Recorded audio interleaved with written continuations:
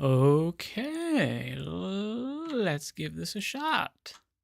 So it's looking like we've got this.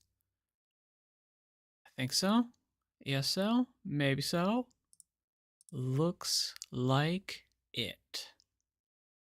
All right. Let's wait for just a second. Oh, that's good. All right. So let's see. We've got two videos. Well, I shouldn't say that. We've got one video, and we've got an art. Hassan. Again, all of this is in reference to Hassan allegedly, apparently, pretty much confirmed at this point, shocking his dog with a shock collar. And I just find that to just be so disingenuous because most people are going to see this and it looks like you shock your dog. The LA streamer is pissed that Moist Critical didn't message him before dropping his video. I think that this really makes Hassan look bad if that's actually what this clip is. But let me actually just watch the clip before I make a decision. He put a stake on this, okay? He was like, oh, enough people shit on him. No matter how fucking made up a narrative it is. Bro, he said you're abusing Kyle, like, no way, fuck him. Yeah, I mean, if he thinks that he can suck He didn't say that. He said it looked that way. And even you said it looked that way. Why are you getting mad? Weird. Yeah, I mean, if you didn't think it looked that way, there would be no need to make a rebuttal video where you're holding up the collar that, I mean, again, allegedly it looks super very clearly like you removed the electrode prongs and taped over it with some black electrical tape. That's certainly what it seems like. Now, here's the thing. I will say, just as an aside here, I don't like Hassan. Maybe I'd like him as a person if I met him and in person we would get along. Maybe that's possible. I kind of doubt it, but it's possible. I don't like him as an internet personality. I think the stuff that he makes is inflammatory. I think he surfed a wave of liberal progressive politics back in like the Bernie Bros phase, and then to keep his audience, he needed to get more and more progressive, more and more leftist, more and more extreme and hyperbolic in his language. I'm not sure how much he actually believes that and how much of it is he understands what his audience wants from him and he's giving it to them. I also think the communities that he's fostering, the communities that he's a part of, that he's making, that he's recruiting to and from, are super crazy extreme. And that's why I'm assuming, Moist Critical is going to get some legit pushback from Hassan's community here because they will defend him to the ends of the earth. And unfortunately, the people in his community seem to be way more extreme and crazy than the average internet user. So I say all of that to basically say, I don't really care that much that he shocked his dog. I don't think shock collars are really that bad. Like, I understand that they're illegal in some places. I get it. And I also get the instinct for human beings to treat animals that we find, cute, adorable, childlike, to treat them as if they are human children, when in fact they are not.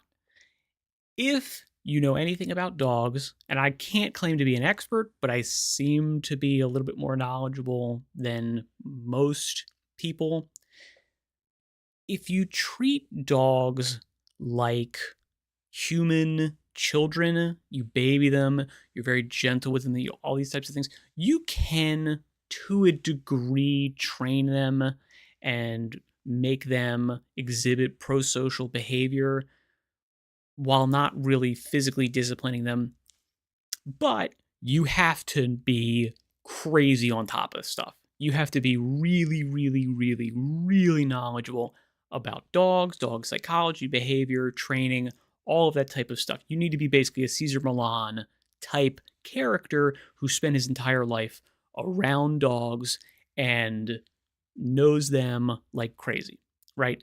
And even there's some degree of like of a need to get physical to correct certain behaviors. It doesn't mean, you beat the crap out of them, But, you might need to put them on their side, put them on their back. You might need to, nip them in the neck just to, surprise them, just to, kind of shock their system, do something like that. I don't know how bad the shock collar, if it is a shock collar, looks like it, seems like it, that his dog, Hassan's dog, is wearing. I don't know what the level of like zap that she's getting. I don't know. To say that it's abuse is really ignorant, because if you've ever watched like a Iditarod, any kind of dog racing, these types of things, look, the people that are in those races, a lot of them raise their dogs. A lot of them know those dogs, from birth to death. They are with them all day, every day. They're training with them. They care about those dogs way more than you care about your pet, your lap dog. They care about that dog way more, because the relationship they have with those dogs is way more primal. It's way more normal for the two species. Like dogs evolved alongside in relation to humans, and therefore the behavior relationship between them is one that is fundamentally more correct in a sort of working dog relationship. And here's the thing. If you know anything about that, if you've watched any of these things, the people who are running those races will be very physical with those dogs. They will be very, very physical. They'll kick them if if those dogs start to fight. They will jump off their sled and they will kick those dogs to get them off of each other. Now, here's the thing. It looks brutal, looks horrible, looks awful. If you are thinking of them as baby human children, you would never kick two human, toddlers that are slap fighting each other. You would never kick them to stop them fighting. You would never do it, because you could easily massively injure them, kill them, and it would be horrible for their behavior going forward. Dogs are not people, okay? And for me, accepting a couple weird, super extreme circumstances, like his dog has like a known heart problem and the electrodes are like right on a certain like vagus nerve connection and could give her a heart attack, or she's got, the shock collar using is like massively insane, huge, crazy voltage wattage that's going off. I actually don't have a problem with it. I think it is reasonable for corrective action.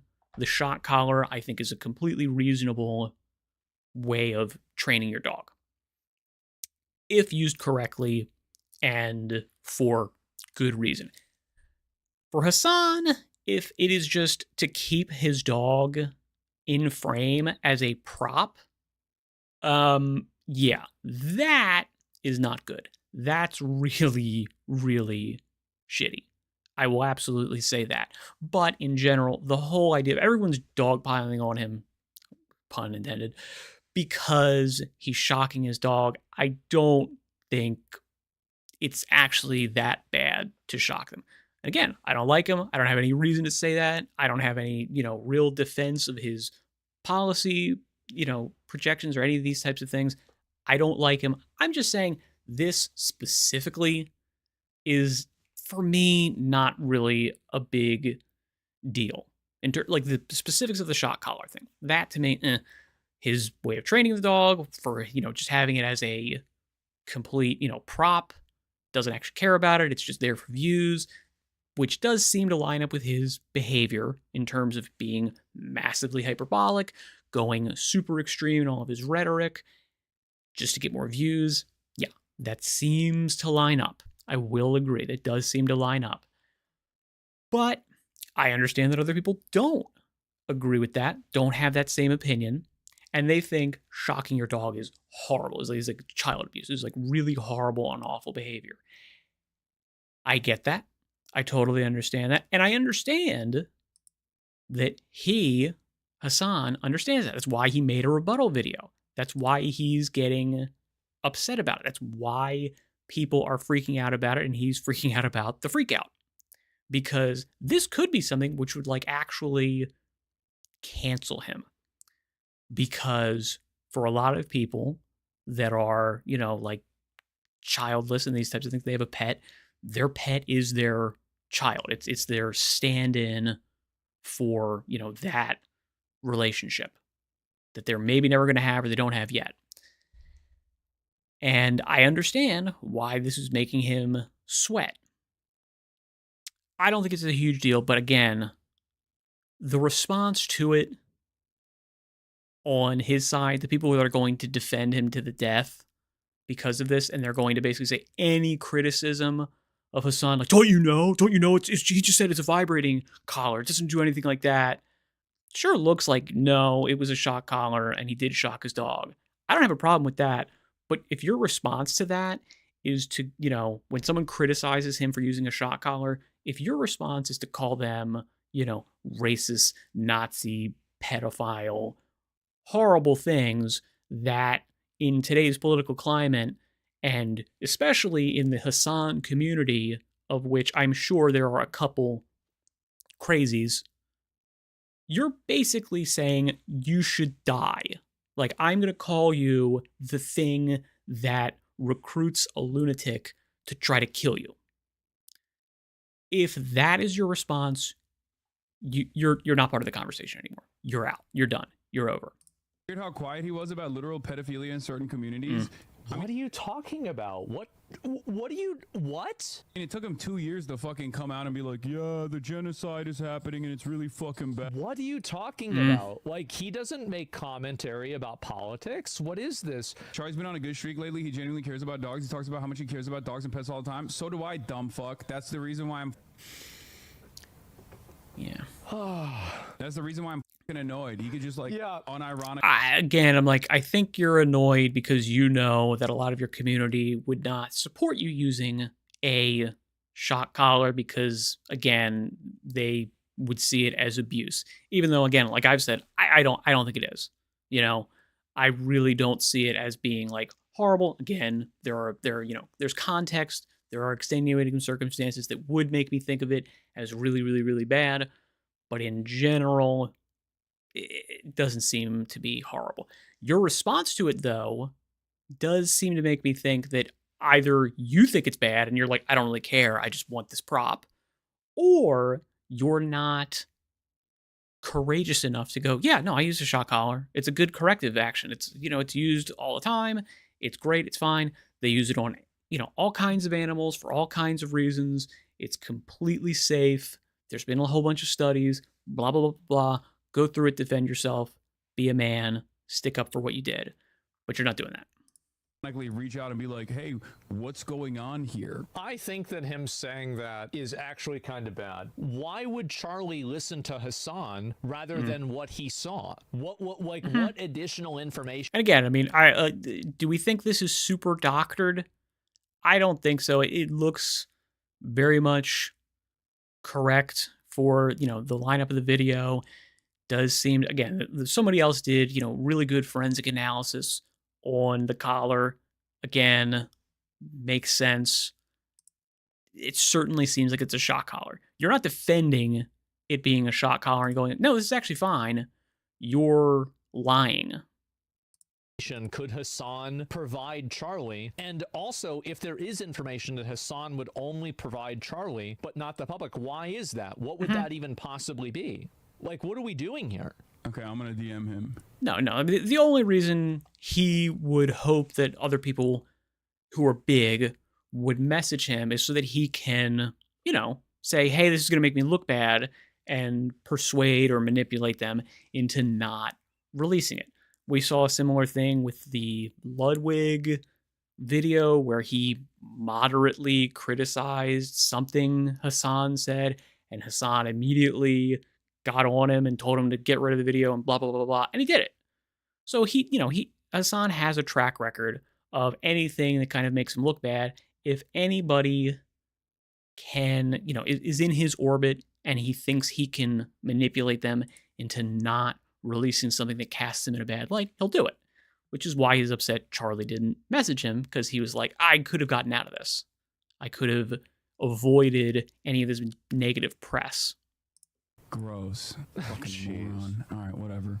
Oh, jeez. Yeah, I'm gonna DM him. Jesus Christ. If you were able to give Charlie evidence, you should have shown it. Pressure Ludwig No, to take he doesn't have evidence. And this is the thing. I think this is maybe what Asman is alluding to here. He doesn't have new evidence. He doesn't have different stuff. He thinks, and probably correctly, has the ability to persuade and influence people into, not releasing a video. If it, shows him in a bad light, like, hey man, come on. This is gonna destroy me, this is gonna destroy my life. What an idiot. He's pissed he didn't have the chance to, manipulate him into not releasing this video. the video on him, which he mildly criticized Hassan. Yeah. I wonder how long Hassan can maintain his influence over normie content creators. I think that the reason why normie content creators kowtow to it is because they don't want Hassan's audience to call them pro-genocide pedophiles. It's because they don't want to just be slandered and lied about by... Especially because those slanders and lies, or hell, even if they were totally like accurate descriptions of like, oh yeah, this person supports Israel or whatever. And that means that they support genocide if you're subscribing to that worldview. Not only is it, oh, we think you're a bad person because of that, it's there's a good chance a lunatic in Hassan's chat is going to try to do something to you. You're painting a target on your back, and there are a lot of people out there now that shoot at targets. An audience of people that are just ravenous liars with absolutely no consideration for the truth, and they will just openly lie and libel and slander you with literally no regard to what's real and dox you. Yes, exactly. Like they're getting bullied. Like they don't want to deal with that in general. Yeah, I think that's very reasonable. They don't want to wade into this horrible arena in which there are very real, very not good consequences that we are, currently seeing. We're really seeing a cooling effect. Well, maybe not yet, but we very easily could be. If this kind of stuff is allowed to continue, and Hassan is, again, this is something totally apolitical, which is why like Moist Critical Charlie is coming in and even making a claim about it and not talking about, any of the other stuff Hassan's done. It's like, no, this is like a very normie kind of thing. That's why he's mentioning it. And again, he's pissed that he was not able to gaslight or manipulate or pressure Charlie into not releasing this video because it does make him look bad. Because, Critical's bigger than Hassan. And, Hassan wants that clout. He wants that fame. He wants that degree of, fame and honor. That he wants that. He likes that. It also potentially is going to hurt his, wallet in the long run. Totally a possibility. But again, I don't necessarily disagree with using a shot collar. I certainly disagree with his, Hassan's response to this. Like, either say it proud that you used a shot collar, your dog is there as a prop, Yeah, I use it because it's, it's a cute thing in my thing, it's fine. It's no big deal. I don't care. You just know that that's not a good look, which is why you're, not doing it. If you were actually like morally opposed to it, if it actually made you sick to your stomach to like use a shot collar or use a dog as a prop or any of these types of things, you wouldn't do it. Even if it would give you more views, you'd be like, no, like it's gross. I can't do it. That's a line I'm not willing to cross for this. But I don't know. Let me know what you think down in the comments. Thank you very much for your time and attention. I'll say farewell for now. All right. That's that. Not too bad. Okie dokie. All right. And we got one more.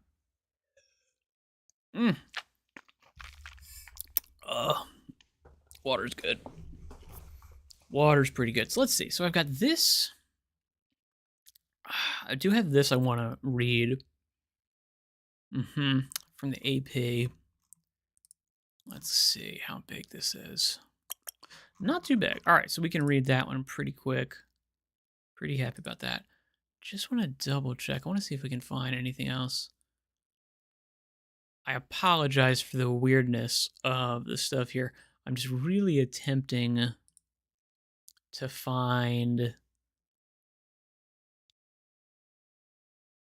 any way I can look at my analytics with the restream stuff. I haven't found it yet, but whatever. All right.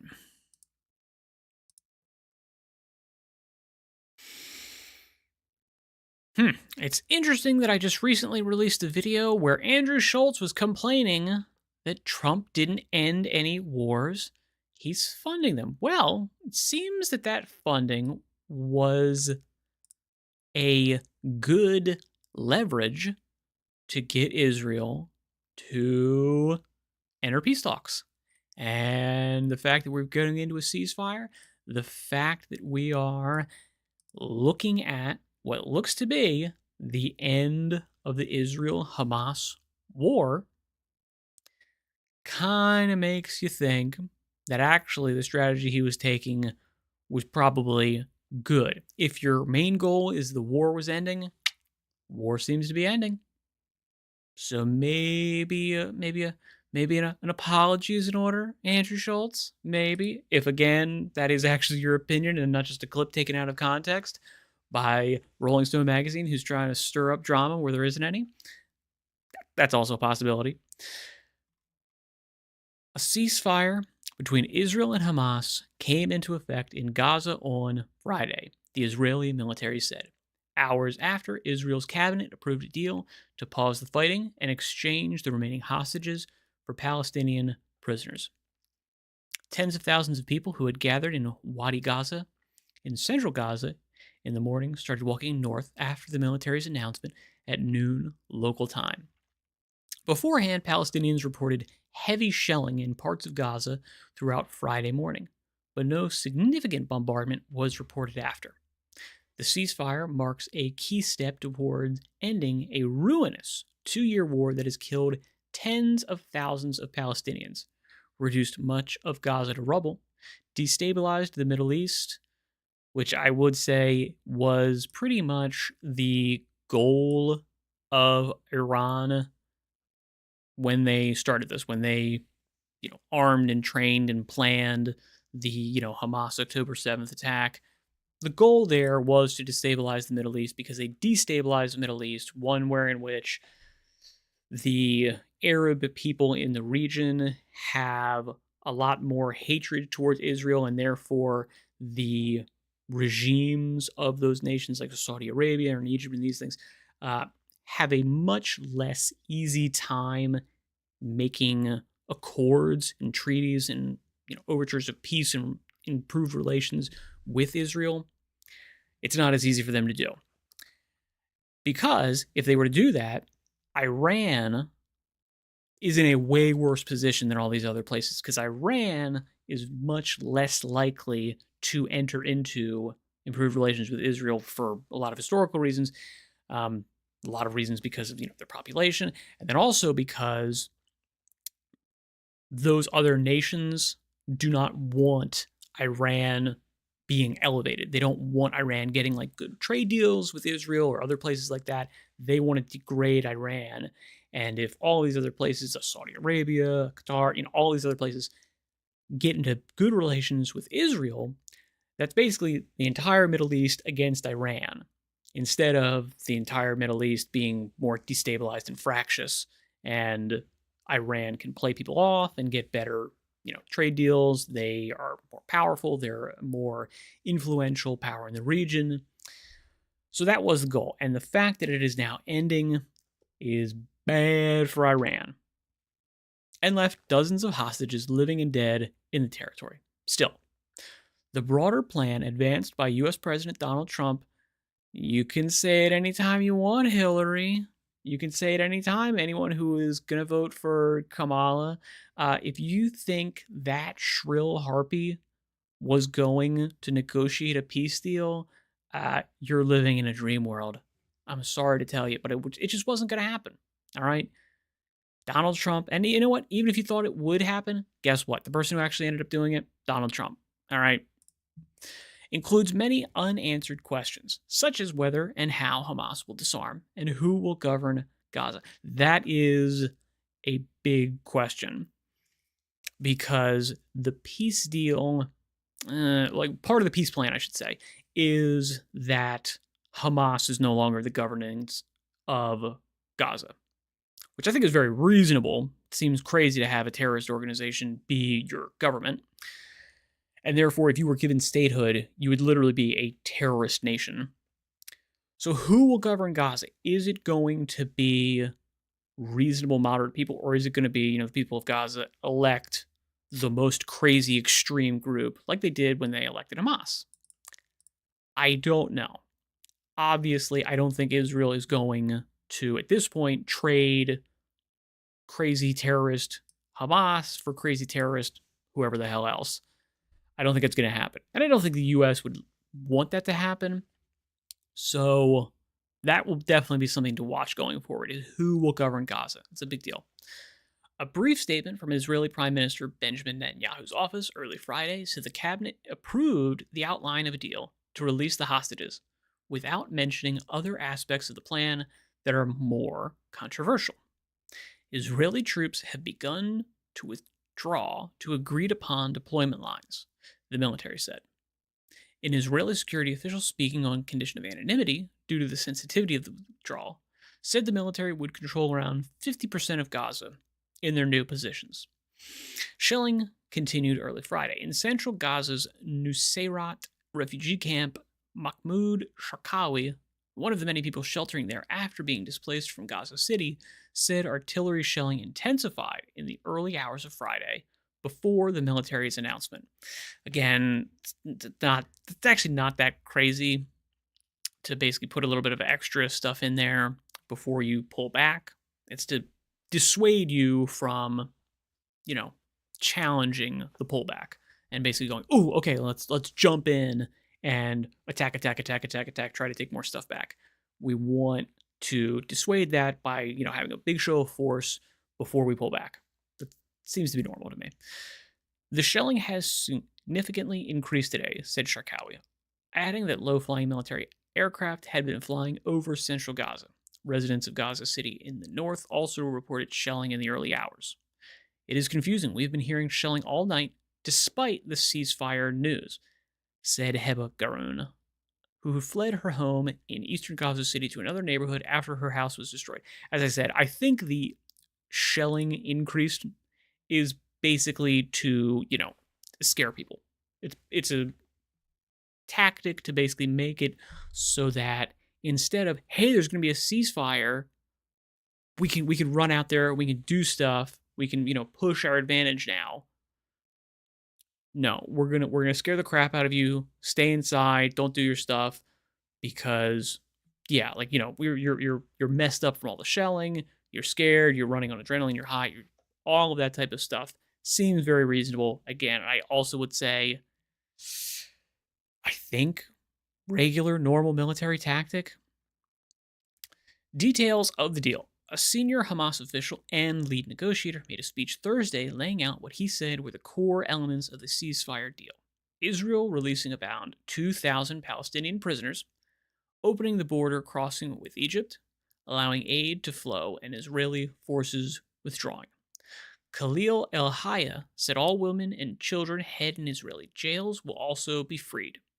He did not offer details on the extent of the Israeli withdrawal from Gaza. A list published Friday by Israel of Palestinian prisoners to be released as part of the deal does not include high-profile prisoner Marwan Barghouti, the most popular Palestinian leader and a potentially unifying figure. Now, I don't know anything about this guy. I have no clue about him. I don't know if this guy's a Hamas guy. I don't know if he's a super moderate guy. I have no clue who this guy is. Could be that, they're keeping him there as basically like, a hostage, like the Hamas did with all the hostages. So, hey, we've got this guy. We know you really want him back. Keep to the plan. Keep to the peace deal. Keep to the ceasefire. Don't do any of this kind of stuff because we still got the person that you value the most highly. It's not pretty, but it's reasonable tactically. Israel views and some others as potentially, okay, this is just very poorly written. Okay, potentially unifying figure, Israel views and some others as terrorist mastermind who murdered Israeli civilians and has refused to release them in past exchanges. Israel views some others as terrorist. I have no idea what they were trying to say here. Holy crap. Bro, AP News. You don't have a little bit of like spell check or something? It's insane how often this happens when I'm reading these like professional, world renowned news articles that basic ass stuff that any editor who's ever read, I shouldn't say an editor, like a sixth grader could read this and go, I don't know what this is. Red pen, something, do something here. You messed up. I don't know what you were trying to say.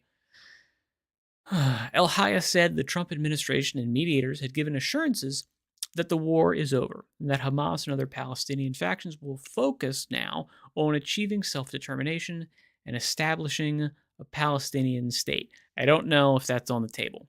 The Palestinian state, I don't know if that's on the table. The two-state solution stuff, from everything I can tell from people who are like on the ground, who are in touch with Israeli officials and these things, the two-state solution is not on the table.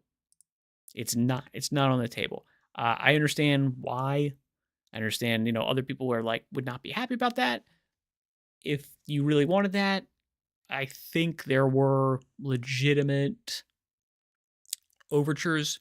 Like they tried to make that happen a couple years ago, once, twice, maybe 3 times, and it just didn't happen. Hamas didn't want it.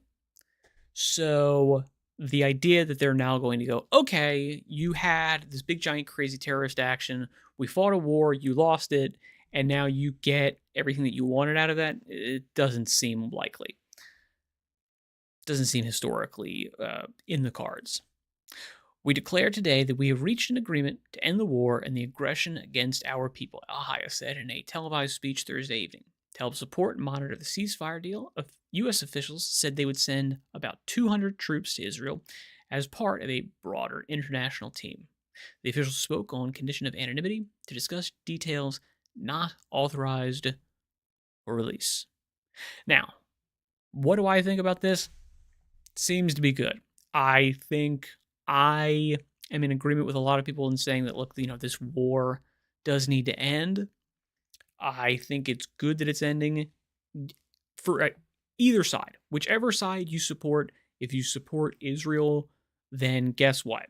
The optics war, the propaganda war for this war is lost. Israel's losing it. It's not looking good for them, so it should end. So if it's ending, great. Good for Israel.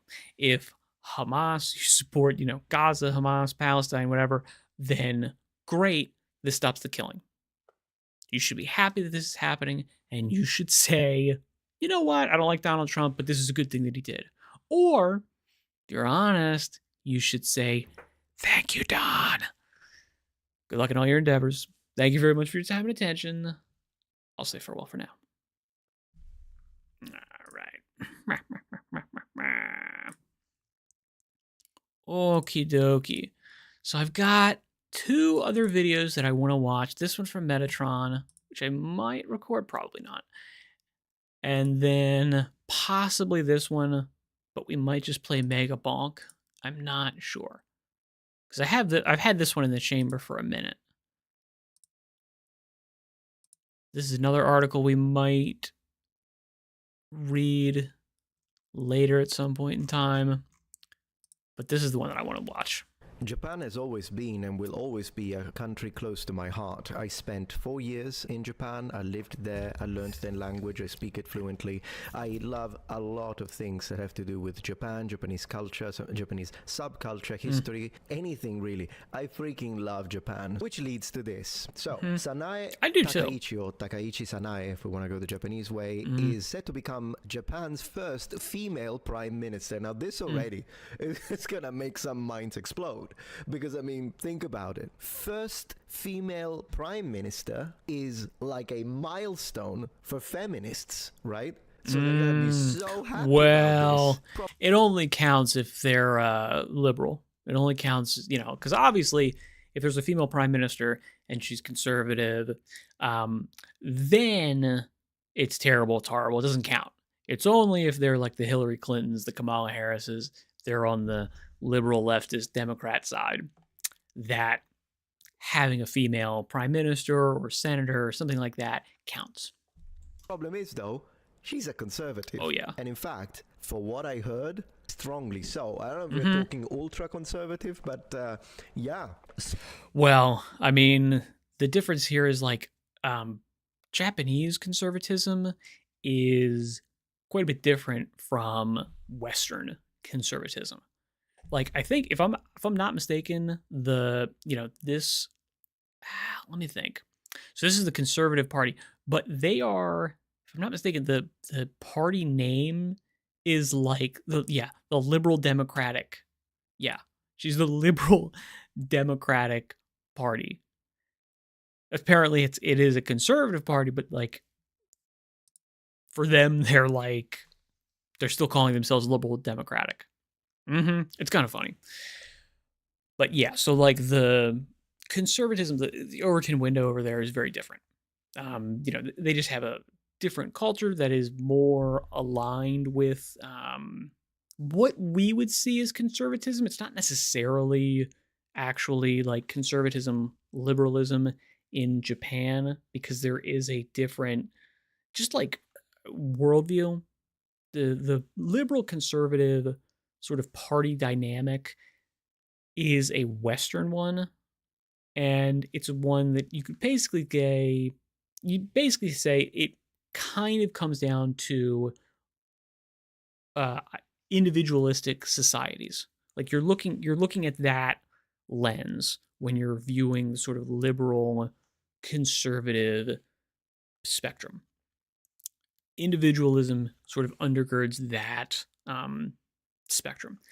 In more communitarian-based cultures, like a Japan or a lot of Eastern cultures, the liberal democratic thing, it's not like it totally doesn't work, but there's a very different kind of culture where it comes in. So the idea of conservatism and liberalism, you can kind of look at it as like the origin window shifting.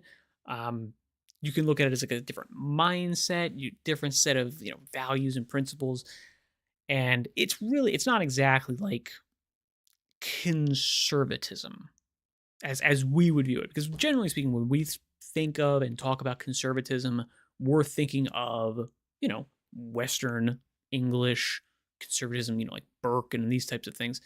Those are the people that they're looking at. A conservative party in Japan is not necessarily taking those, Western English conservative authors as their, leading lights. They're not the people that they're looking to for advice. They're not the people that they're reading and saying, this is the thing that's informing our policy. They could easily be looking at other people. So I can already imagine it's like a glitch in the matrix for feminism. This is a glitch in the matrix. I absolutely love this hue of blue that she wears. Anyway, a few days ago, Super I made a Margaret post on Thatcher. my X, and honestly, if you're not following me there, I don't know what you're doing. You're really missing out. You should click the link in the description and pin comment. And I asked you guys, what do you guys, I guess, think about her? Because I really want to know what you noble ones think about her as a solution, if you will, to a lot of problems that have been happening in Japan. There are 283 comments to this, so we're going to read some of your opinions and I will sort of respond. So what problems have been happening in Japan? As someone who's not Japanese, who's not living there, and who's not following it super closely, the things that I know about are the yen is doing really poorly. I don't know if it's still doing that. I know last I checked, it was doing very, very, very poorly in exchange rate. A lot of that has to do with the idea that the Japanese economy is not doing as well, it's not as competitive. There might be some aspect of like it's trying to jostle with China a little bit, and China's kind of displacing some of the like trade and is gobbling up some of Japanese industry and these types of things. That's a possibility. I will also say there is some degree of they did semi similar stuff with China as far as like COVID went, where it's like they went pretty hardcore with it, and therefore didn't open up as much, and that is going to have a delayed effect. Like the later you opened up in the world, the more the world left you behind, and the more difficult it's going to be to catch back up. That's also a possibility. And another thing that is happening in Japan, far as I can tell, is they're having like an immigration crisis. Now, it's not nearly as bad as, a lot of Western nations, as America, as the UK, but because Japan is Japan, the communitarian side of Japan means that, it's just a much more naturally like safe, secure society. And therefore, when there's anything that kind of disrupts it, it really disrupts the society because their society works because it assumes everyone is working towards that same goal and there's not going to be nearly as many people that are disruptive of it. Which is why you'd say, like, all right, like they're really going to crack down on tourists that are like making a nuisance of themselves. They're going to be go extra super hard about it because it actually really super duper affects them and their society, how their city and people work and function in a day-to-day existence. If there's someone who's screwing stuff up, it really hurts everybody. Way more so than it would in a more individualistic society where we would just look at that and we go, oh yeah, kind of par for the course. It's freedom, it's this, it's that. It's not going to massively disrupt our daily life. Japan, communitarian places, very different. So for them, even if they're having like a much less serious immigration problem, it's like, rattlesnake poison. A dab will do you. A dab is enough to really set off a significant reaction.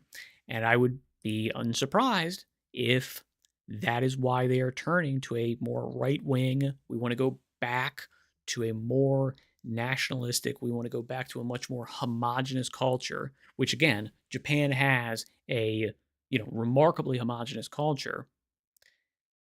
And they were able to maintain that, even though they do have, they've had expats go in there all the time, but basically they had assumed that anyone who wants to come to Japan is going to enculturate and become, as Japanese as they can, and is going to work for, the good of the Japanese nation. And if they are experiencing anything like we are in the West, that's not the case. A lot of, people who are coming there are not interested in becoming Japanese. They're interested in taking advantage of the Japanese system, which is very good, and still remaining, whatever they were beforehand. And, it's not a good, it's extra bad for Japan if that happens, because it's more disruptive, because their society is much more finely tuned than an American system or, like a Western European system. On camera to see what I think, but definitely one thing I would like to underline: a solution, yes. Is it the best possible solution? I haven't got a clue. I've literally declared war to the radical left. I do also have problems with the extreme right wing, with the alt-right. I have problems with extremism. It's just that, as you know, I've been focusing on left-wing extremism because it's the one that shoots people in the neck. Yep. So there is that. How right wing Yep. are we talking? Usually when it comes to Wikipedia, if it's like very basic information, they get it right. But when you go into the nitty-gritty details, then they start getting things wrong. She is a Japanese politician who has served as the president of the Liberal Democratic Party. Goodness gracious, she looks younger. She had several ministerial posts under Prime Minister Shinzo Abe, or the one who got assassinated. Political party LDP. All right, so the Liberal Democratic Party, frequently abbreviated to LDP or Jiminto, is a major conservative and nationalist political party in Japan. Yeah, I mean, the fact that it's nationalist doesn't surprise me, because Japan is an extremely nationalist, patriotic, conservative, and traditionalist country. Yeah, it Like is. in general. I'm not saying that every Japanese is like this, no, of course. But I'm saying in general, percentage-wise, I think these are some of the characteristics of Japanese society. What can they tell us about her before we read your comments? Japan's ruling Conservative Party has elected Sanae Takaichi as its new leader, positioning the 64-year-old to be Japan's first female prime minister. How she looks 50. Takaichi is among the more conservative candidates, so we are kind of hard right, as they call it, perhaps, leaning to the ruling party's right, a former government minister, TV host, and a avid heavy metal drummer.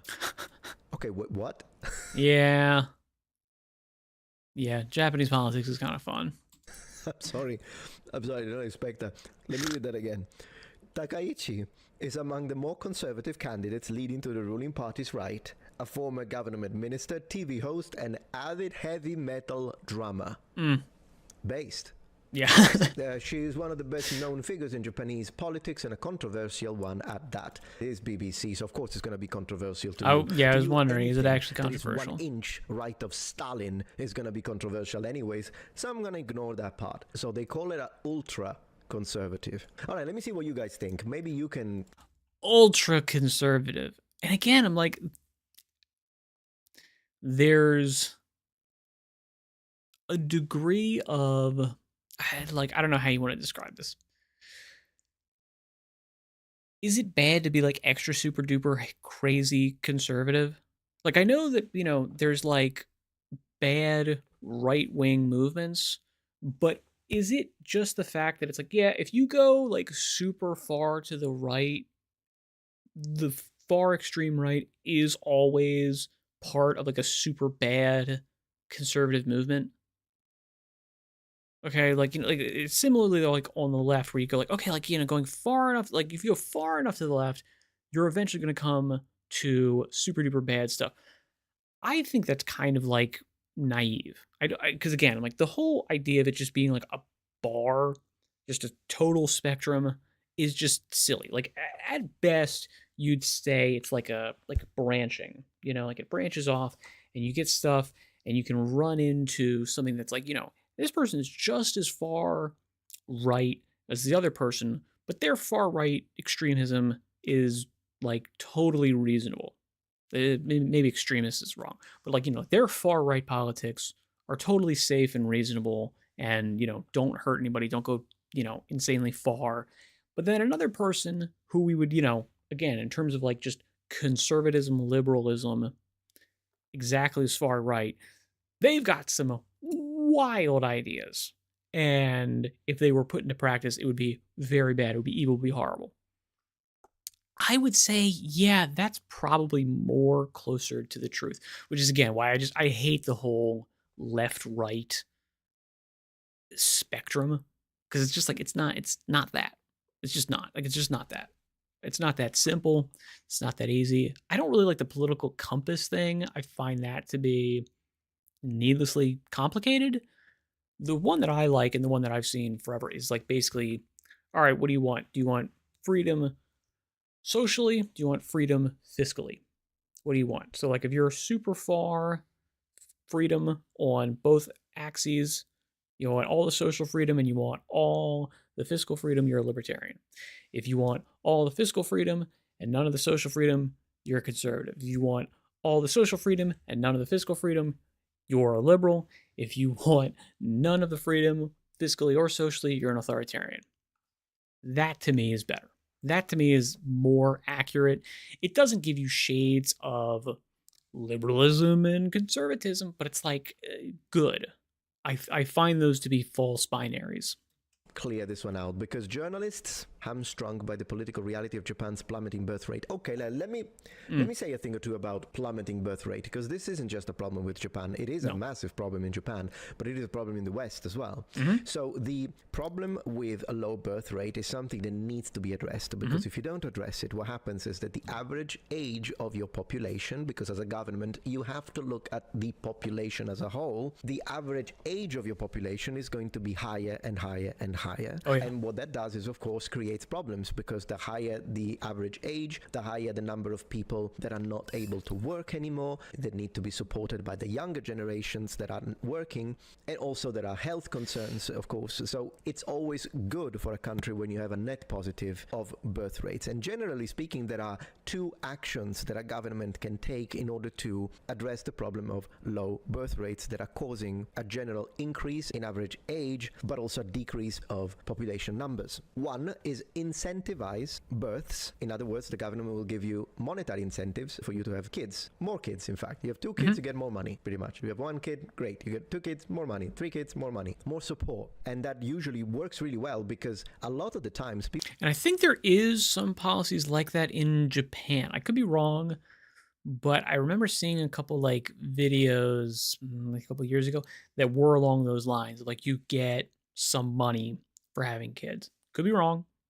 Maybe it's different now, but I believe that's the case. It's just not working. It's just not really working, because a lot of it is not necessarily monetary. It's not necessarily financial. A lot of it is just kind of like cultural. And I mean, this is true like anywhere that becomes super advanced, like any of these first world nations, they have the same population distribution, which is, it's either exactly the same, or it balloons out at the upper end. There's more old people than there are young people. In developing nations, it's the opposite. There's very, it basically narrows at the top and is very wide at the bottom. So there's a lot of super young people, and there's very few really old people. I guess you'd say like the best scenario, you'd have something that's like dead even. Like there's like an exact replacement rate, because then you can basically go, all right, we can extrapolate this out, and we can basically make it so that there's enough young people paying into the system as there are old people taking advantage of the system. And therefore it balances out, and we'll be able to basically say, okay, those young people paying into the system will be able to benefit from it in the future, because there will be young people in the future to pay into it, blah, blah, blah. The cycle continues. That, generally speaking, is usually not what we have. We have something in which there's more old people and people are getting older, and you're not having more young people. So actually, there's more people taking advantage of the system, and they're taking advantage of it longer, and also they're taking advantage of it harder, because like medical treatment and stuff is getting more and more expensive. This is mostly US based as opposed to, everywhere, but kind of it does kind of track worldwide.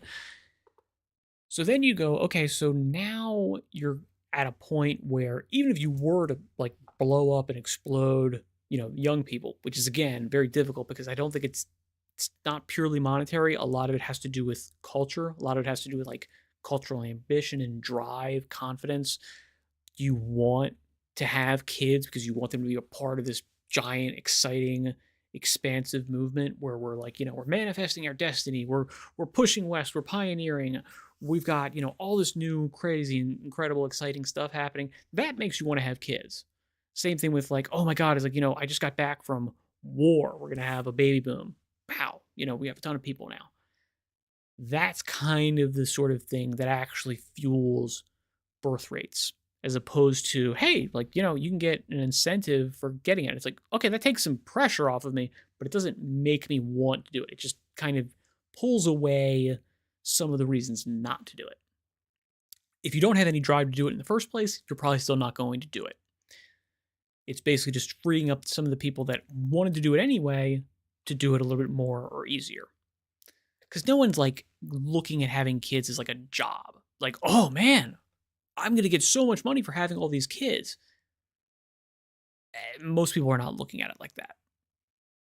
People don't reproduce because they don't feel financially stable. And of course, one way to address that would be tackling unemployment. That's a massive problem in Italy. I'm not sure how unemployment rates are in Japan, but definitely in general, economic incentives for families that are going to have children is a fantastic way to counterbalance the problem of birth rates. And due to sheer numbers, this is going to benefit mostly the native population.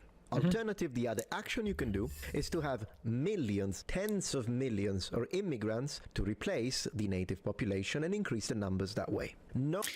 Yeah. And I will say this is not a good move. It's not. It can be okay if, again, like you have a degree of ability to make sure that the people coming have a desire to enculturate, to become closer to native people, to, hey, you're going to come to Japan, you're going to learn to speak Japanese, you're going to work for a Japanese country, you're going to work towards Japanese citizenship, and you're going to basically, become Japanese. You're bringing some stuff, and you're never going to be fully Japanese, but you're going to become basically Japanese. And therefore, the country stays culturally, nationally intact.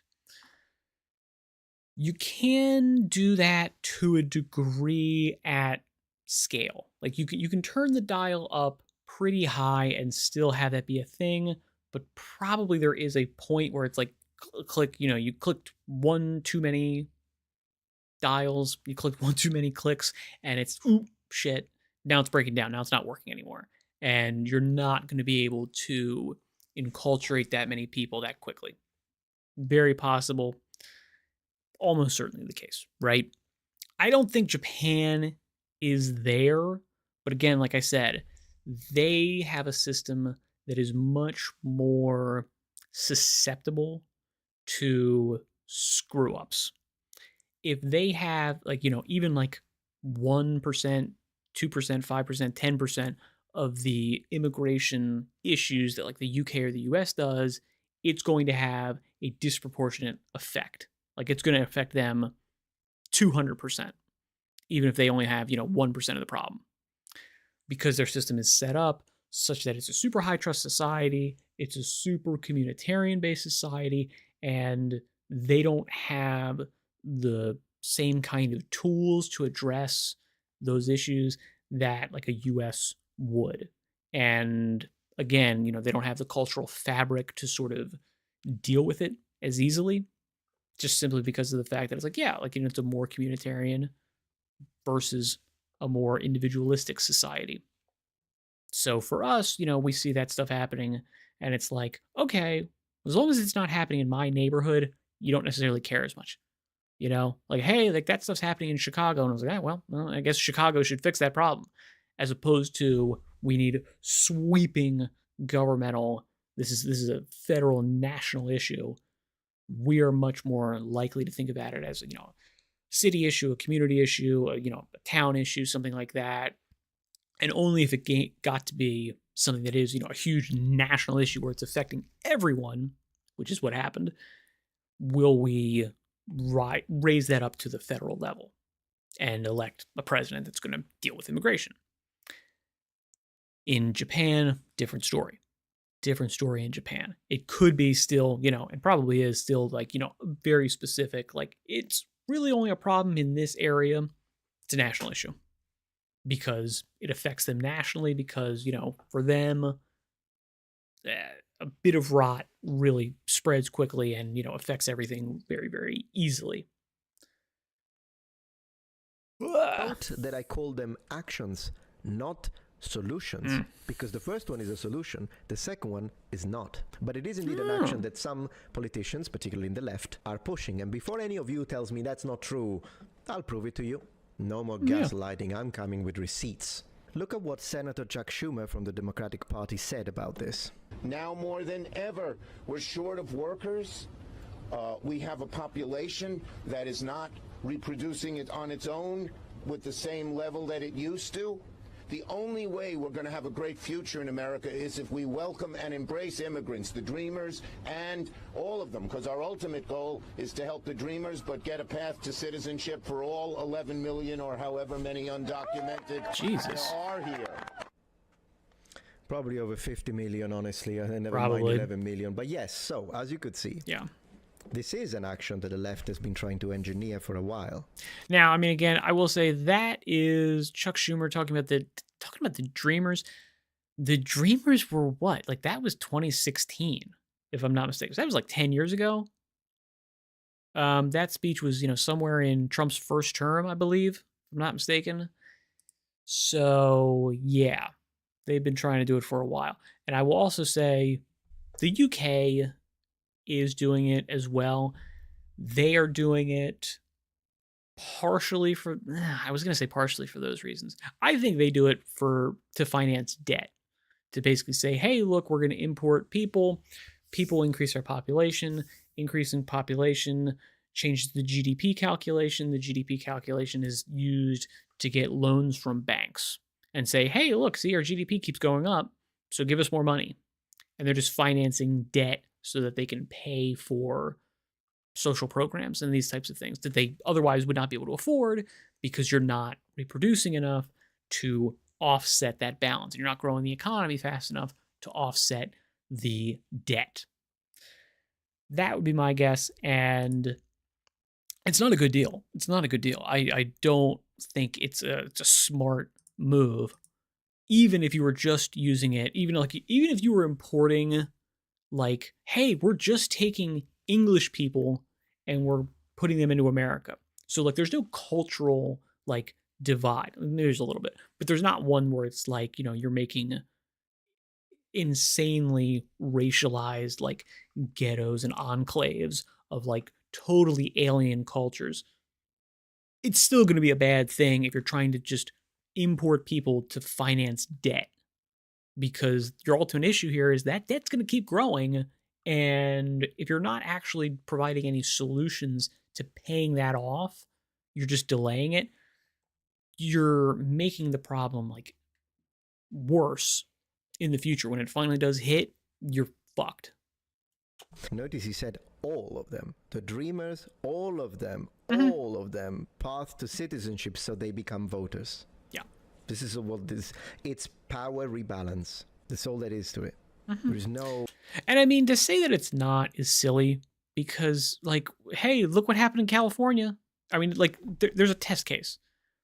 What do you think these people are complete morons?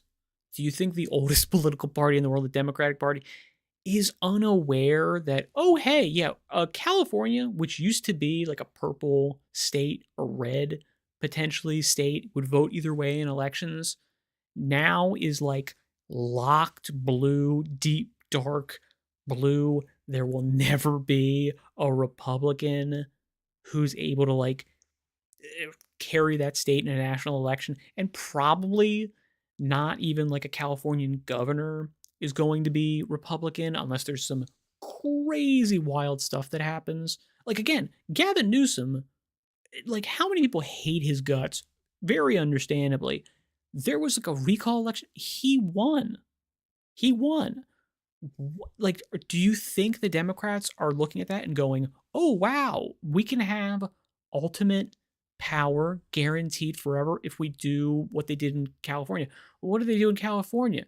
Well, it seems like Ronald Reagan made it so that, all the immigrants can vote, even if you're undocumented.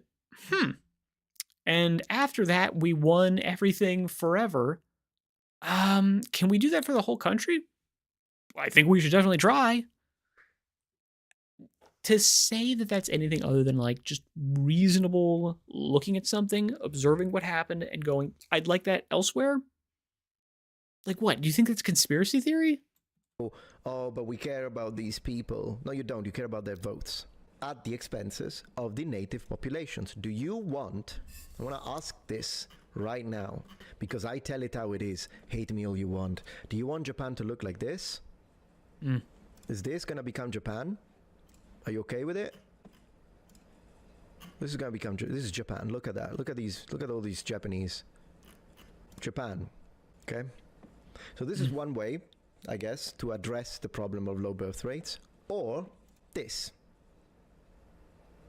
And I include this picture as well, by the way. I don't have a problem with legal immigration. I do have a problem with substitution, though. Boom. This is Japan. This is Japan. And it needs to remain so. This is Japan. So, I don't know the exact policies, and I'm sure that there will be some policies from this ultra-conservative candidate that I would... Ultra-conservative. We haven't really proven that she's ultra-conservative. We've basically heard the BBC say that she's ultra-conservative. Will probably disagree with because I'm a moderate, but I'm not stupid. And I understand that sometimes if the radical left pushes too much and they want to turn this into this for votes, there's a counterbalance, yeah. Then I'm gonna tell you, I probably she is the one then. Again, I don't know, you tell me. Let's keep reading. She says nice words. We will see if her actions match up. That's excellent. Yeah, that's a good point. It says she started expelling the Muslims. Again, the illegal. Let's add the illegal. Yeah. And by the way, just addressing the situation with the Muslims, it's because there are some Muslims that absolutely tell you, oh yeah, you guys are having no children. We have like 5, 6, 8 children, and so we will replace you. They say this. Yeah, they do. They say this. And they hate us. There are absolutely some Muslims. I'm not talking about the little small family of Muslims that are nice, live next to you, they smile to you, how you doing. I'm not talking about those who entered legally. I'm talking about people that absolutely hate us, hate Japanese, hate anyone who isn't a Muslim. You know they exist. They blew up the Twin Towers. You can't deny that. I mean, people do try to deny that, but whatever. And those are the ones that absolutely need to be expelled. I agree. She better not be too extreme. Other than that, good luck to her. And I understand Marine sentiment. Some of you will say, no, as extreme as it gets, it's good. Fine, I agree with Marine, though. That's my position, right? I'm still a moderate. From what I'm seeing, base, good. Still fast to judge, but hope she controls the LDP to what a lot of Japanese wish for her to do for the future of Japan. Great. I'm a little concerned about her stance on censorship. Other than that, we'll see how she does. I have no idea. What's her stance on censorship? And I think there's some movement on this as far as like, here's how Japan's going to combat censorship in terms of like, you know, video games and that type of stuff. I don't know if that's coming from her. I haven't completely followed up on that. I do want to actually check up on that to see what they are going to do, if that's the current government or if that's the potential like incoming government. Actually not even sure what the current government is in Japan. I don't know if it's wartime history, maybe. Yeah. History needs to represent the truth. So if they're gonna change that, then I will disagree with that. No idea if that's the case. You'll let me know, I'm sure. And we'll also say, like, Japan kind of already does like a very semi-censored version of history in terms of like World War II and these things. Like people are aware of that. And again, it's also like, it's not new. Like it's not like Japan's the only place that's doing it. It's really actually kind of weird that the West goes on like a crusade to demonize all of the parts of its past that can be, you know, bad and ugly. But it's like, yeah, we need to get that in as early as possible, and we need to spend as much time on it as possible to really drive home the fact that you are, you know, part of a culture of racist evil. For what I've seen of her policy, she sounds solid. I wish she wasn't female. Yeah, that's what I mean. Who cares, Jerry? Yeah. Like, who cares? The policies have precedence. Like, if as a female, she starts electing women to power, For even real. though they're Yeah, for real, dude. Like, come on. Like, the idea that we should dislike like a Margaret Thatcher or something like that just because she was female. I'm like, it's just like, I don't care. You know, no one cares. There's always like exceptions to the rule in terms of, you know, there's outliers. Yeah. Do you think the UK is, you know, better off because they had a female prime minister, Margaret Thatcher, or worse off? less prepared than men. Spoiler, they're better off. Then I can be with you and be like, what the heck is she doing? But as long as she doesn't do that and her policies are straight and they're correct, I personally don't have a problem with that. I mean, I respect your opinion to share what you think. It's not like I'm going to delete your comment or block you. You prefer, in fact, I have this question for you, Jerry. I understand that what you would prefer is a right-wing guy. in power, fine. But Majority. imagine that you had to choose between a right-wing female or a radical leftist male. Yeah. Who would you choose? Come on. And if the answer is what I think, then it means that policies have precedence over sex. Female right-wing politicians have an awful track record, but hopefully I think Japan will remain undefeated. So imagine that you don't like Meloni in Italy. Optimistic yet skeptical. Okay, not many right-wing politicians follow through with their promises. Wait a second, Alessandro. Be straight about this. No many politicians follow through with their promises. Let's not just try and say it's only the right wing, because it's nonsense. The pendulum swings. Now let's get ready for the whiplash. Okay. If she's against censorship, she may be exactly what Japan needs. If she's against it. Yeah, she's against it. That's great. Okay, maybe there's a couple different ways you could read that. First would be the only thing that might be holding her back is her stance on censorship. And otherwise, she's exactly what Japan needs. If she's against censorship, that's like, she's perfect. Or it could be that this person's saying the most salient major issue Japan is facing is censorship. If I was living in Japan, I would not be feeling that way. Absolutely not. You need to deal with other things first. Don't get me wrong, I'm not a fan of censorship, but if you're having huge, giant societal economic issues and you're having, huge immigration and problems related to it, those take precedence over censorship.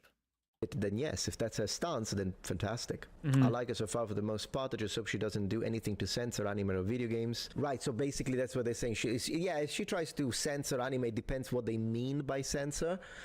Because if she's taking out the political pandering or the pushing of transgender issues into anime and manga for children, That's true. then yes, That's fair. Now, I mean, there's not nearly as much of that as far as, Japan doing that stuff. Partially that could be because, the culture is different. It also could be, I've heard this argument that Japan is basically like a couple years behind the West in terms of like the progressive stuff. So it's like we're just starting in Japan as we're kind of like coming out of it. That's a possibility. But it also could be the fact that, that stuff's going to flounder. It's not gonna happen there. should absolutely censor that Fingers shit. crossed. But if she's censoring because an anime or a manga intended for an adult shows some breasts, then no. I mean, who cares at that point? But I like her stances on other things like nationalism and immigration. Yeah, I think these are particularly immigration, but in general, I think these are the ones that really matter in the current. In Japan, absolutely. I understand why these other people are saying like, hey, what are your thoughts on the Japanese prime minister? And I was like, well, how's it going to affect me? If Japan kind of goes down the, trash heap, that's fine as long as I still get the stuff from Japan that I like. The problem is that that's not going to happen. Situation in Japan. If your country blows up, your anime and manga are going to. Neo says she's great, a true conservative. Japan is on good tracks now. Well, we'll see. We'll see. I guess not Japanese, so I don't have an opinion. That's kind of weird. Why do you not have an opinion? Really? They call it Japan's Donald Trump. Seems like a lot of people agree with her positions on immigration, and at the end of the day, again, we'll have to see. Let's see. Takaichi's I don't care. She hardly touched on gender issues during the campaigns, but on Saturday, as she tried out the party's president's chair and posted for a photo, as is customary for the newly elected leader, Takaichi said, open quotes, now that the LDP has its first female president, its scenery will change a little, close quotes. All right, well, we'll have to see once again Could be a couple different that things. is the case. All right, all they talk about is gender equality. I'm going to skip this. Takaichi has called for a stronger military, more fiscal spending for growth. Fine, good. Promotion of nuclear fusion. I mean, a topic I'm not well versed in, but in general, cybersecurity and tougher. I mean, nuclear is good. Fusion, I'm not sure if nuclear fusion. I'm not sure what they mean by nuclear fusion. Like, obviously, if we could get nuclear fusion to work as an energy source, it would be huge. It'd be a big deal. If you could have cold fusion is kind of like the holy grail of current energy. It would be like the absolute best thing that we could possibly have. It's 100% clean. It would be super insanely sustainable. It would be, produce enormous wealth of energy. It would make energy really, really cheap because it would be, so plentiful, so easy to produce because fusion is so incredibly efficient. But promotion of nuclear fusion, I don't know if anyone's actually promoting nuclear fusion as a viable energy source currently. If they just mean nuclear energy, and again, this is the AP, we just read an AP article, and they're like, their editors are terrible. Like, they had one, I think I can find it actually. Let's see. Can we find it? Oh, yeah, here it is. Marwan Barghouti, the most popular Palestinian leader and a potentially unifying figure. Israel views and some others as terrorist masterminds who murdered Israeli civilians and has refused to release them in past exchanges. What the hell are you trying to say here? I think I can kind of get it from context, but like, this is a sentence. This is the Associated Press. This is a major news organization. This is like the BBC. This is like the top tier, most lauded news organization there is, basically. Pretty close. That's your sentence. So the idea of promotion of nuclear fusion just being like a badly misunderstood typo, and actually what she said was she's promoting nuclear energy. She likes nuclear energy. And like, there are nuclear power plants in Japan, so that would make sense, as opposed to nuclear fusion, which is like a sci-fi concept that has, at this point, like zero potential to actually come about anytime soon as a legitimate like energy source for the wider world. I don't even know where they are in terms of like super theoretical physics type stuff with this. I don't think they're like anywhere close to coming into any kind of practical use for nuclear fusion.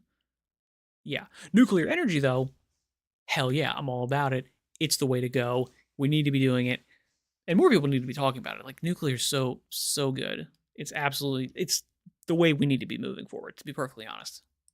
Policies on immigration. Great. All of this is fantastic. Absolutely, you need to have tougher policies. And if that is what it is she's promoting nuclear energy in Japan, like that takes some balls, because they have much more reasonable reservations towards nuclear energy because of the nuclear bombs dropped on them and stuff. And then also oh my god, why can't I remember the name? What the hell is the name again? I forget what the name was, but like after the tidal wave earthquake, was it Fukushima? Yeah, the Fukushima nuclear power plant thing, which didn't do nearly as bad as Chernobyl, which is really good. But they would have more reasonable reservations, as opposed to like in the US, people are going to look at 3 Mile Island, and I'm like, oh yeah, 3 Mile. I was like, do you know anything that happened with 3 Mile Island? It was like nothing. It just happened to coincide with like a movie coming out about like nuclear holocaust, and therefore like every hippie got all crazy up in arms about it, and it's derailed nuclear energy in our country for decades, even though it's clearly the best source of domestic energy production that we could possibly have. On immigration. Illegal immigration needs to be tackled and solved. It is a problem. The only thing when it comes to immigrants is the legal immigrants, which I'm in favor of. With that being said, making sure that they are constructive members of society, because if you hate the West, stay out of the West, is what I always say, and legal or not. And at the same time, at this point, if she says, if you hate the East, stay out of the East, I would tell her based. But I know that there are people that are like, no, we hate all immigrants, legal or not. And yeah, I have a problem with that as an immigrant myself. Of course, which is why I tell you, when you go into the ultra conservative sphere, sometimes I'm like, it depends. What are they saying? As I always say, if you have refugees and people that need help, absolutely I want to offer help, but within a system that of course has limited resources. And so we have to keep that in mind, otherwise the system collapses and you can't have millions and millions and millions of waves. And then when it comes to legal immigration, it's illegal. We shouldn't even be a talking point. It's illegal. She vowed to drastically increase female ministers in her government. That's a little iffy, because it sounds DEI. No. That's true. There is also an aspect of sort of Japan being a much more patriarchal, sexist society. And therefore, it could be that, she knows a ton of female ministers that are actually, or female people in government that are actually super duper really good. And again, they would be outliers if they were. Politics is, again, statistically speaking, a man's game. Same with business, same with these things. It's not to say that, you couldn't have, a woman that outperforms every other male CEO. She would just be a statistical anomaly. So it could be that, she's going to drastically increase female ministers because she has a list of like the best of the best females in government, in business, and these types of things, who she knows would do a crazy bang up job that otherwise would not get a position because of cultural hangups with, women being in power. Like let's say they're younger. There's also a large sort of gerontocracy aspect to Japan, which is, you kind of only get power and you get into the higher positions basically by just outlasting the person ahead of you. They die and then you move up the ranks. So as opposed to meritocracy, you're put in your position because you're the best person for the job. So it could be that she would, dramatically increase the female ministers in her government just purely because she knows there's a couple of like, just absolute bang up people that would kill it and would do fantastic work, and they're getting held back via, like the kind of cultural hangups. I'd be okay with that. But if it was just like, no, I'm just going to put more women in the government because I want more women in the government, yeah, that's bullshit. You should increase competent ministers in your government. Mm-hmm. So that's, if it's true, then I disagree with this, because you need to allow competent ministers in your government, and if they happen to be female, who cares? This is the when I was telling you about equality, that would be real equality. Mm-hmm. But anyways, I want to hear it from her mouth rather than someone saying exactly. It. Journalism. Yeah, Metatron's on it. He's on it. He knows what's going on. Being unbiased, good luck with that. Now, it's interesting because patriotism to me is good. Nationalism to me can be good as long as it's not pushed to extremes. And in fact, it's better than people that are self-loathing. Definitely better than people that are self-loathing of their own culture, of their own difficult to argue, of their own nation. It doesn't mean that you can't have opinions that go against the politicians and measures and policies of your nation. That's fine. But yes, again, I will say that opinion is rooted in the sort of Western tradition of individualism, freedom of thought, expression, speech, wherein which that is actually valued. The idea that there is a dissenting oppositional party, there's a force that's kind of checking the people that are in power. That is kind of, I don't want to say inherently a Western value, but you see that most in Western cultures as opposed to it's just a universal throughout history and throughout all cultures and ethnicities and these types of things. That's not the case. So I agree with him. It is good to, disagree with, the people in power and to disagree with, the nation and these types of things. But for some cultures, nationalism does mean, no, you're with the government or you're kind of like a traitor, you're a heretic. Yeah. So think about like being nationalistic in like a North Korean society. Their disagreement with nationalism is, traitorous, treasonous. But to hate your own people, at that point, I'd take a nationalist over you. As long as they're not the extreme nationalists. And then there are those people within, usually, the brackets of nationalism that go into the toxic sphere and they are like, I'm not supportive of those. I don't like any form of toxicity. Anyways, well, we have an idea. Let me know. I'll probably have to make more videos about this, but absolutely let me know what you think. I'll review your comments, and then I will use your comments as a way to continue studying about this and see how it goes. Thank you very much, guys. Thank you very much, number ones. See you tomorrow. Yes. That's pretty cool. Yeah, so I like that. I do like that. Again, he's on top of things. He knows what he's doing. I think he's probably a little bit, well, I've heard him say a lot, like he's a centrist, he's a moderate. A lot of his stuff recently has been going after the left, understandably, because the left is the like current cultural crazy person, and there's enough of them that it's like actually a real concern, as opposed to, you know, like if they're like I'm sure there's crazy people on the right, but they've been like just anathema to society. They've been, you know, just vilified and cut out of civilized society for a long time, as opposed to crazy people on the left. That kind of extremism is like, yeah, no, it's fine. You could easily be a communist Maoist professor. Could you be a like fascist professor in a college? Do you think that would fly? No, it doesn't. It's not a thing.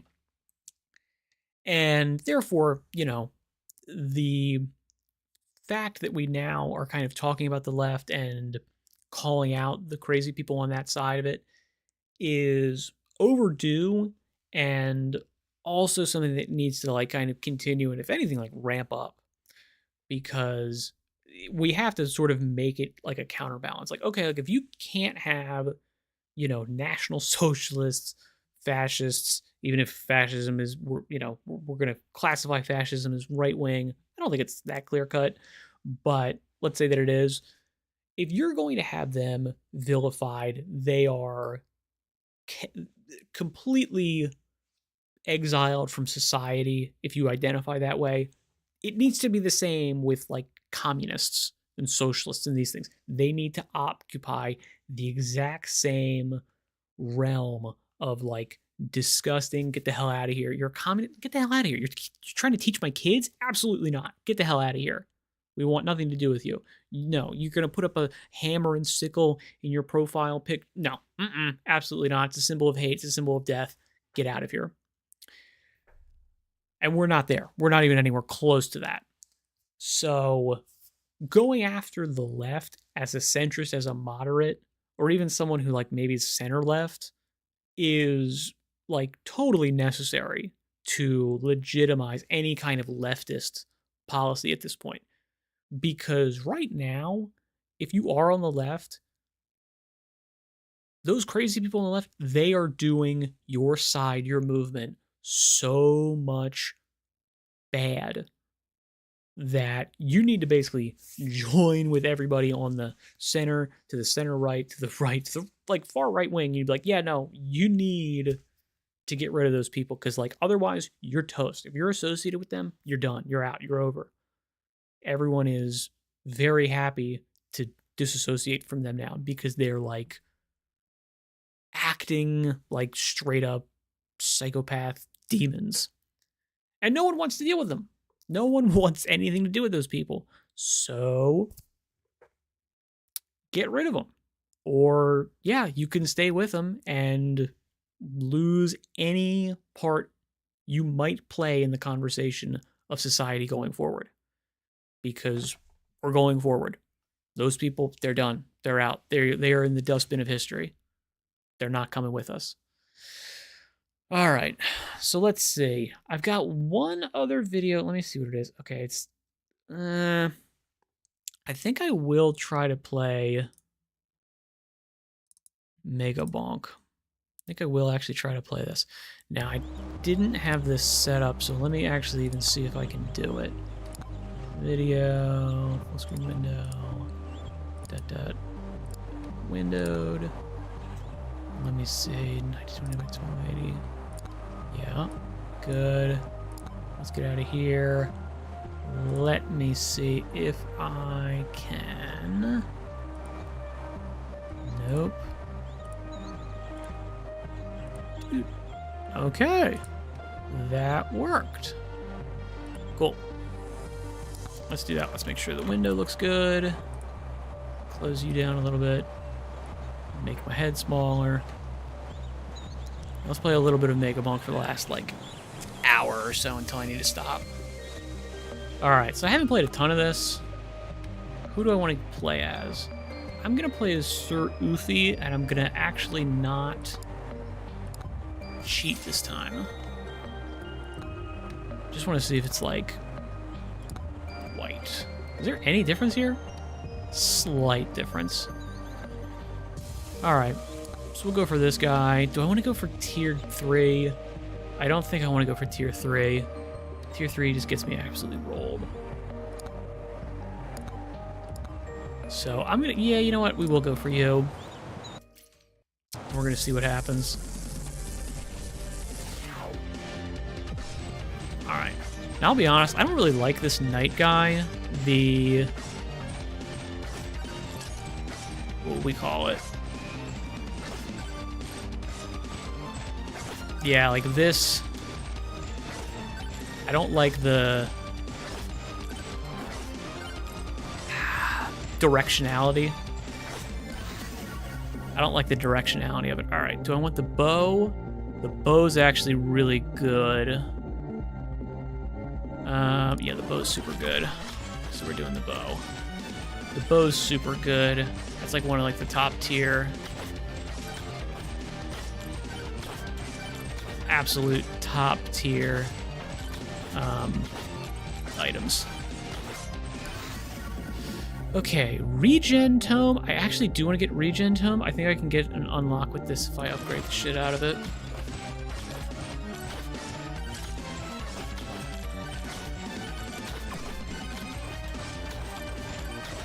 Okay, let's actually hit that.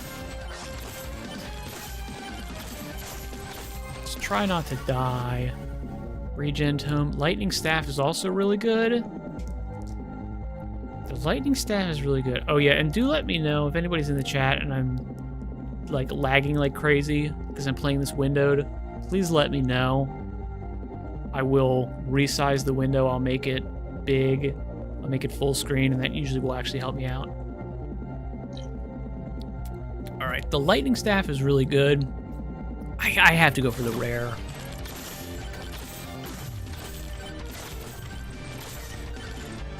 Okay, let's open you up. Thunder mitts. Clap their cheeks so hard. Yeah, that's pretty good. Okay, let's get him.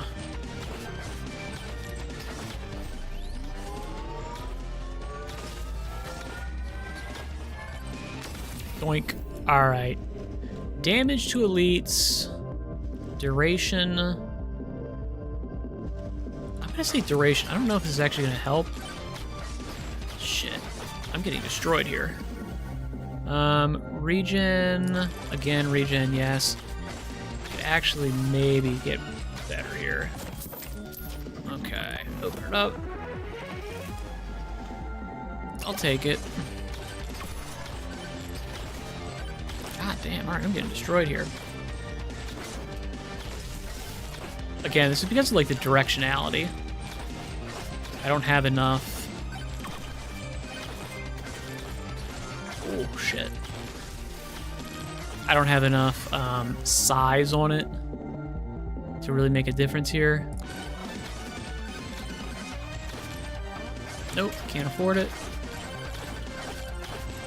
Yeah, like I don't have enough size to make a difference.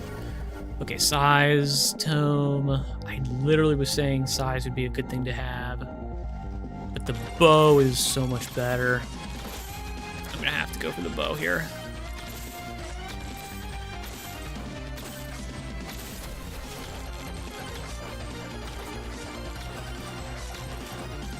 Alright, let's get this. Nope. Alright, we can get this now. Open it up. Let's see what we got. Normally, I would be cheating gold. It's not ideal. Okay, let's get this sucker. There we go, we got it. Regen. Man, we are going regen like crazy here. All right, agility, wireless dagger. I don't really like the wireless dagger. Can I skip? Let me refresh, actually. Ooh, XP tome, hell yeah. That's a good one. That thing's busted. Oh, super lucky. Legendary. Nice. We definitely take that. That thing's super good. Yeah, that thing's super good. Okay. Let's go ahead. How much gold do I have? Let me see if I can get anything good here. 5% max HP. I'm gonna go backpack. That's pretty good because we do actually have at least one projectile. So that one's pretty powerful. Let's see what else we've got going on here. Let's dodge. Okay, we gotta... Nope, can't get it. Let's hit this guy. I need, like, speed, crit damage. I'm gonna go armor, just because that's the character.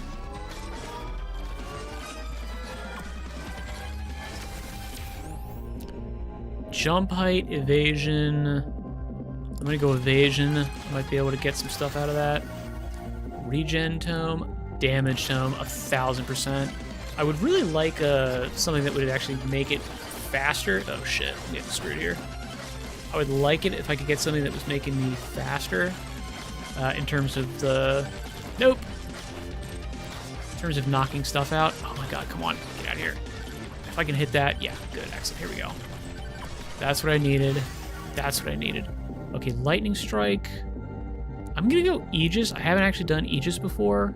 The lightning staff is better. The lightning staff is strictly better, but I know there's a bunch of... What am I thinking? There's a couple unlocks that Aegis does that I haven't even touched on. So I'm going to go Aegis. Damn. There we go. Sweet. Okay. Got him. Anything good? 15% more gold? You know, that's not the worst thing in the world. It's not great, but it's okay. Swarm incoming. Let's dodge. Okay. I actually want to get back up here, assuming I don't die immediately, because I want to try to unlock these guys. Yeah. Here we go.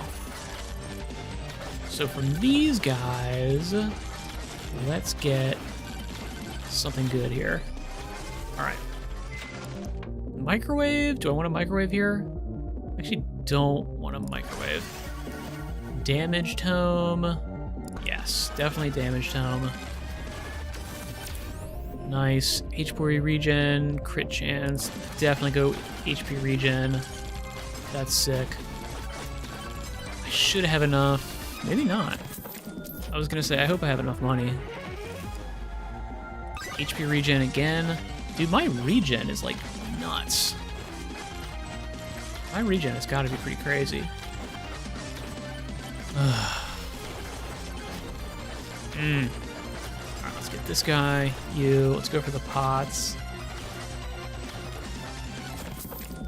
Did I just get super lucky and get a bunch of, like, free chests? Where's my... Oh, it's over here. Never mind. I was looking at the wrong spot. Okay, XP tome, Aegis, regen. I mean, XP. XP's really good. Yeah, XP's so good. Consult, wrench. Definitely get the wrench. The wrench is really good if you're trying to get all these charge stations, which I tend to do. I tend to try to get them all.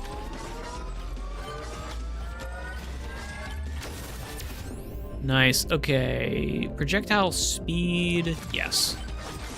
None of those were actually all that great, but some of them were better than others. I'll take it. Okay. Let's get you. Actually, probably not this way. No, never mind. Too late.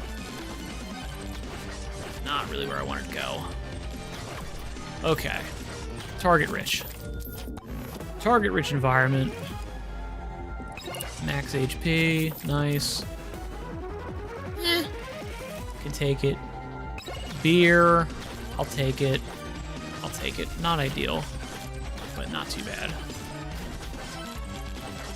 All right, let's try to not get swarmed too hard. Damage tome. or bow? I think damage tome. Seeing as how they're all the same. If any of them were higher level, I would have gone for them, but it's not too bad. Alright, let's actually try to find a magnet to get all of this extra stuff. Pretty good. Oh, attack speed, hell yes, that's what I want. And it was even a good one, it was a rare. That's sick. Awesome, okay. Let's definitely just, let's get like, try to get like all of these if I can. Oh, definitely damage. Absolutely, definitely damage. Aegis, I'm gonna go for Aegis. Yeah, again, not necessarily the best strategy in terms of going for just the thing that actually like opens up. Not necessarily the best thing. You know, like, hey, this is uncommon, go for that. There probably is a better strategy. Like for here, XP Tome is probably actually in the long run better.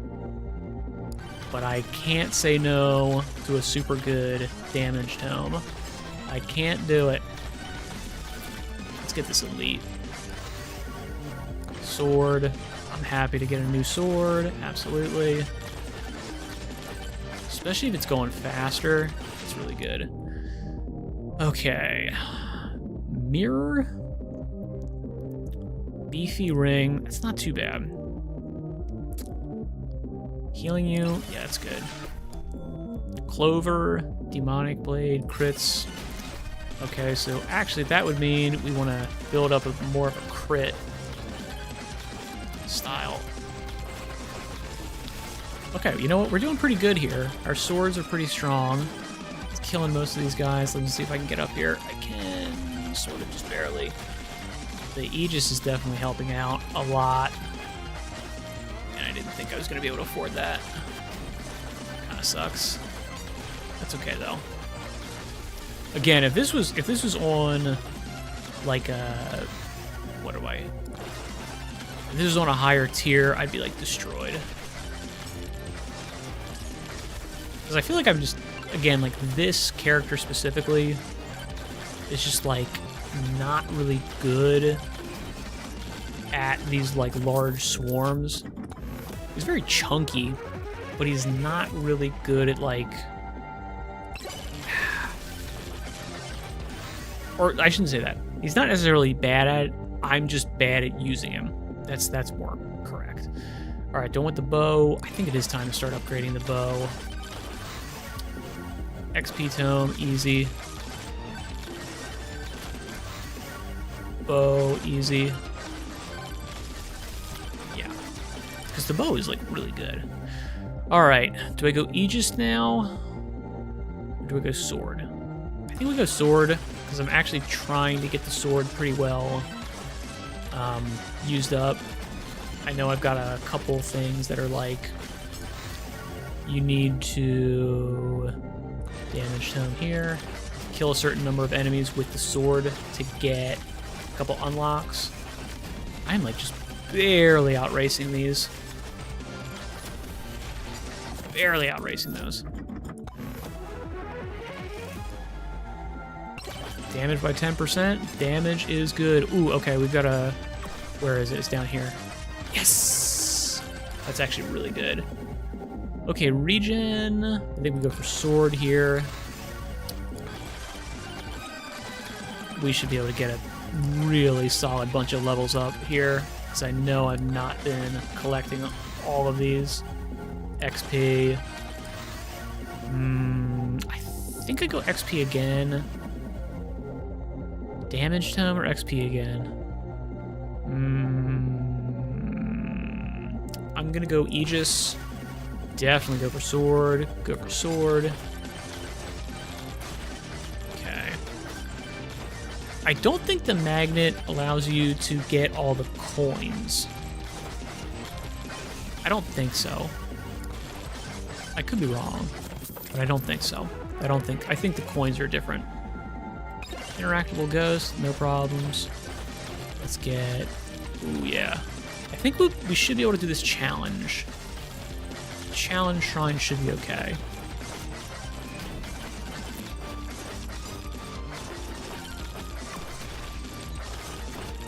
Wondering if we're going to be able to... Okay. So we actually can stand still and do some pretty good work here. Ooh, nice.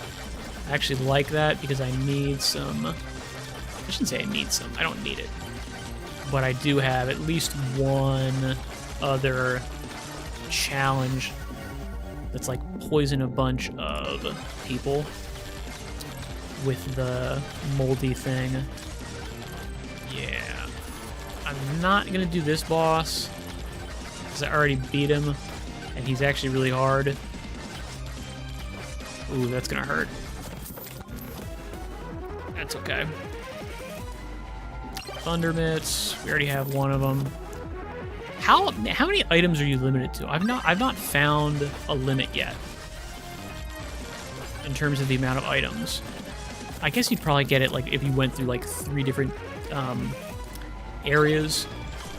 But so far I haven't found. All right, here's the boss portal. Nice. I did not need that shield. I actually wanted to save it for the boss. So that sucks.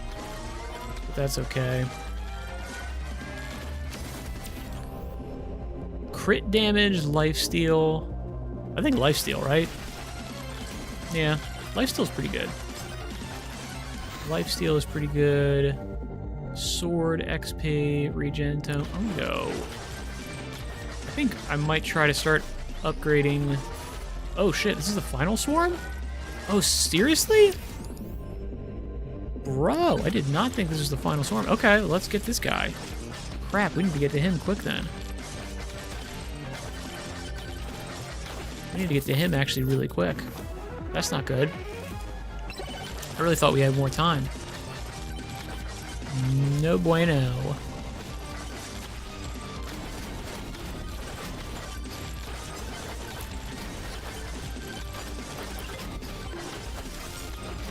Okay, we got the sword stuff down. Epic bow, hell yeah. Bow's really good.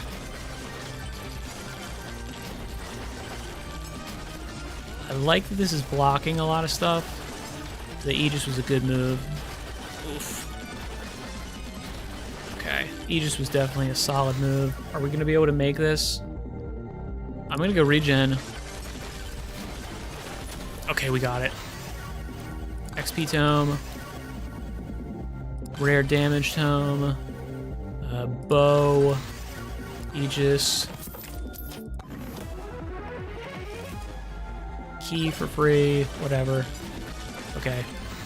And regen, Aegis. I'm gonna go regen. Okay, let's get out of here. Get out of here, get out of here, get out of here, get out of here. Okay, there we go. Woo, okay. Barely made it. Okay, barely made it. Okay, and then we're just literally right on the boss portal. That's nice. Do I want to try to do the boss curse? I'm gonna do it. I don't know if I'm gonna be able to get it, but we're gonna try. All right, power up projectile. I think projectile for sure because we've got some good projectiles. We got the... What do we have? We have the Aegis and the other guy, which is both pretty good for projectiles then. All right, let's definitely get all of these charge stations if we can.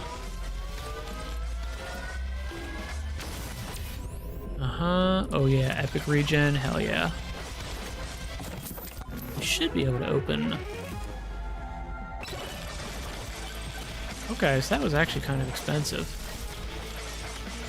They're now relatively expensive. They're not horrible, but they're relatively expensive. Let's definitely upgrade sword. Let's try to get our weapons up. Ooh, okay, come on. Really hoping we get good charge station. That's what I wanted.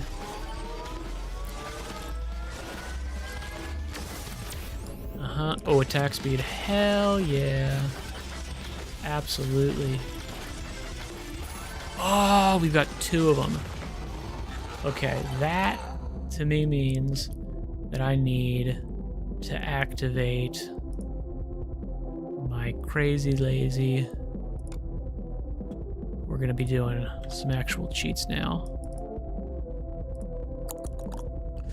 Let's check them. Open, attach process. Yes, keep it. Check out my stats. Where's my gold? Doink. Alrighty. Nope. Wrong window. Here we go. Okay. So now we can just open everything we come into contact with, we can open. Which is what we're gonna do. Boink. Max or regen? I think max is pretty good. I think max is better. Because actually now, yeah, like I said, I want to get 2... So this is 2 boss curses. I know that's a unlock that I don't have yet. And I think it's actually like a super duper powerful one. I think it's actually like a legendary, if I'm not mistaken. I think it is actually a legendary unlock. So we definitely want to get that. I'm going to just run from these dudes, because I want to try to open up all of these guys and get as many of these things as I can. Epic. Yeah, that's pretty good. Summon you. And then, yeah, let's just run past these dudes. We're not doing too bad, but again, like, the directionality of this guy, I don't like. I'm gonna go for bow. I'm gonna go for Aegis again. It's actually doing really a lot of work here, blocking stuff. Because again, the directionality of this is really kind of hurting us. It's not allowing us to do nearly the amount of work that we'd like to do. Yeah. Okay, there's one. There we go. Feathers, This plus Scarf would be okay. As it is, we don't have it, so it's meh. Whoa, okay. I'm getting hurt now. Okay, that's what we needed. That's what we needed. That's what we needed. We needed a little bit of breathing room. We're able to get it. Thank God. Holy shit. Woo! Okay, where's the other bad guy? He's literally up in the sky. Bro, are you kidding me with this? Okay, Aegis. I'm gonna go Aegis again. He's doing a lot of work for us. Here we go. This guy. Get him. There we go. Okay, we got him. I'm like kind of thinking we might try immediately. Oh, this is actually a really good one. Damage tome, 100%. Wow, they dropped a lot of stopwatches. I've got another one on my screen. You can't see it because it's blocked by my face, but it's there. Moldy cheese, pretty good. Yeah, we're just gonna probably try to get all of these chests if I can. And then kill those bosses. Because that should give us something pretty decent. In terms of unlocks. And let me see, okay, yeah. I was gonna say, if that's a charge station, that's great. I was actually hoping for a little Shrine of Suck. But we actually don't need it. We actually don't really need it because... Damn. Yeah, we don't super need it because we've got one that's like actually super duper... I'm gonna go EXP gain, actually. Rare bow. Oh, dude. Killing me with this. Because I know there's a Shrine of Suck that's actually right next to the boss arena. So I want to try to go up here. If I can get to it easily, I will. Yes, I will. Okay. I will get to this because there's 3 of them right next to each other. So we'll be able to get some good stuff pretty easily. Okay, we've got a lot of microwaves, which are not... There's one unlock that you can use that I could use because it's got a projectile count, which is like, you know, you need to duplicate moldy cheese 3 times. I've already done that, so I don't need that.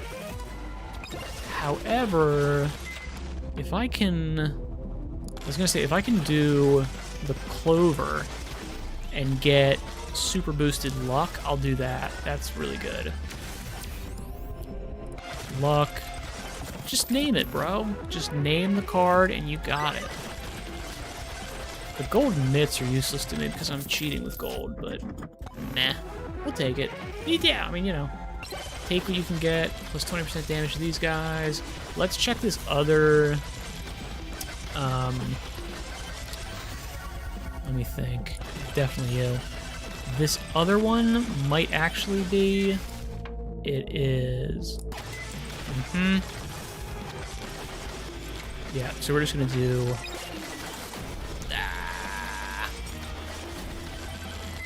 again, luck. We're just going full luck mode. Because if we're opening all of the, if we're opening all of the chests, super duper mega high luck is actually super useful. And I missed it.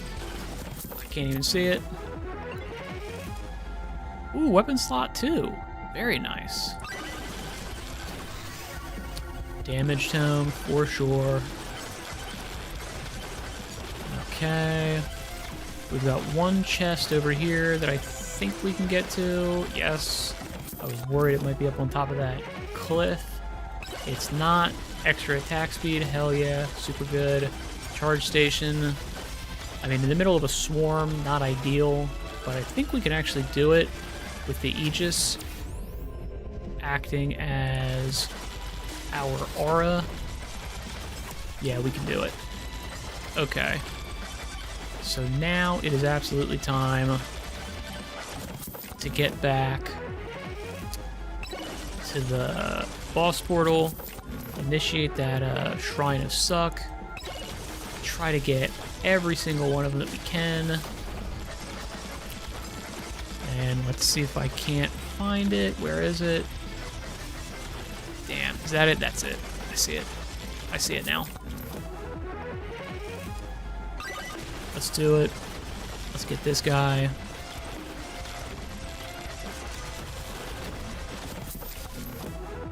Nice.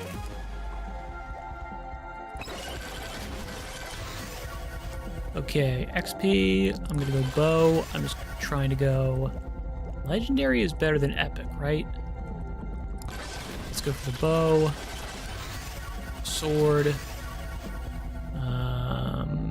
Sword. XP. Damage. Sword. Damage. Sword. Aegis. Sword. Damage. Okay, that should be pretty good. That should do pretty good work for us. I'm like slowed down massively. It's not good. Okay. God, I'm like so slowed. Pissing me off, man.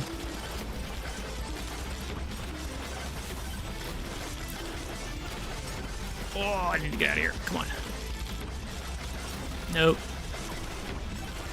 My regen's really good, but okay, hang on. Let's get this power up, get the power up, get the power up. Here we go. I need the extra speed. Super hard. And I also need to get the hell out of this little area that's like completely screwing me. Okay, come on. Okay, damage. Let's get these things. We might be able to get a little bit of something. I'm not moving fast enough to dodge these, which is not good. So we've got like 3 bosses here. Okay, we do have some pretty good, decent, like, other stuff here, but I've got like 6 bosses on my screen right now. So I'm like, yeah, I was gonna say, I'm just gonna get destroyed. That sucks. Damn. Well, 15,000 goblins, 45 quests. That sucks. Alright, let's unlock. I don't have the weapon yet. I do now. Which means that I do now have Ogre. And then I can get this armor tome, which is okay. Agility tome. Frostwalker sword. Really? I kind of would have thought, oh, you know what I bet it is? I bet it's like you actually have to kill them with the sword, and my other stuff was probably killing most of the enemies. Yeah, that's probably true. That's probably true. Uh-huh. Alright. Let's think. What other stuff do we have in here? Probably do one more run. I'd like to get axe. Let me see. Does anybody have an axe they start out with? He does. Well, that's nice. Let's confirm you. Let's see. I'm gonna go tier 1. I'm gonna go challenge. I'm gonna go small boy. I'm gonna confirm. I'm gonna confirm. We'll do this guy.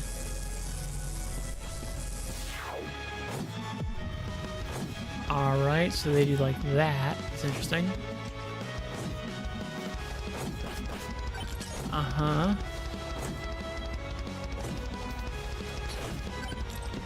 Whoa, he's really small. Dunk, dunk, dunk. Definitely. We're just gonna be upgrading axe. Well, no, I shouldn't say that. I'm gonna check. We're gonna see what we can upgrade, how we can do it, but...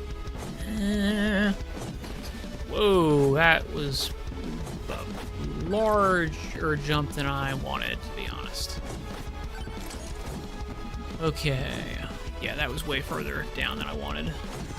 I thought the thing was up there. It was not. I should say I thought it was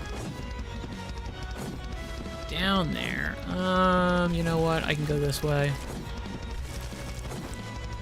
There we go. This is on track. Get these guys. Get at least one of them. Get one of these. Nice. Let's get...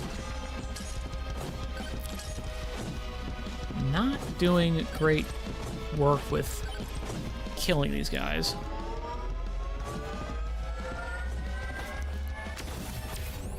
Projectile count, definitely.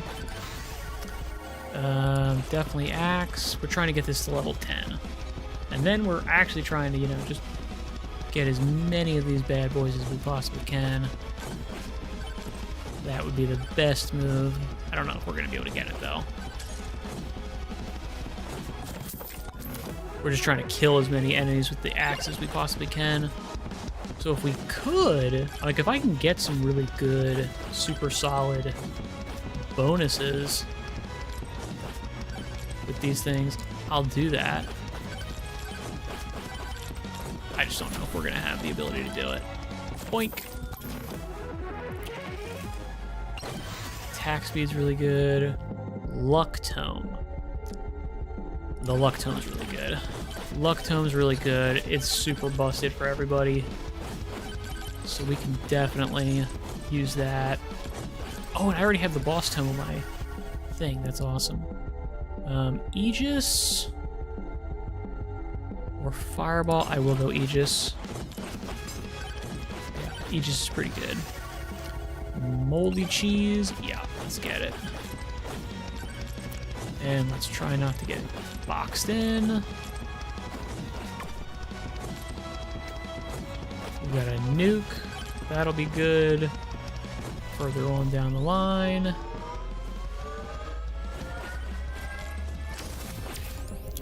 Knockback, difficulty, movement speed. I'll go for knockback just because it's... Just because it is... uncommon. Not because it's actually any good. I can't believe I can't believe he was right there. That's crazy. Damage tome. Damage is really good. Damage is really good. We're gonna do that silver gain. Luck, definitely. I don't need silver. This is not a farming run. I do not need silver. Crit damage. Yeah, we'll definitely go crit damage. I mean, the fact that it's elite is nice. Stone golem. Man, there's a lot of like really nice charge stations right next to each other. That's super good. Let's see if I can get this before I get knocked out by this dude. Attack speed, absolutely. Damage tome, absolutely.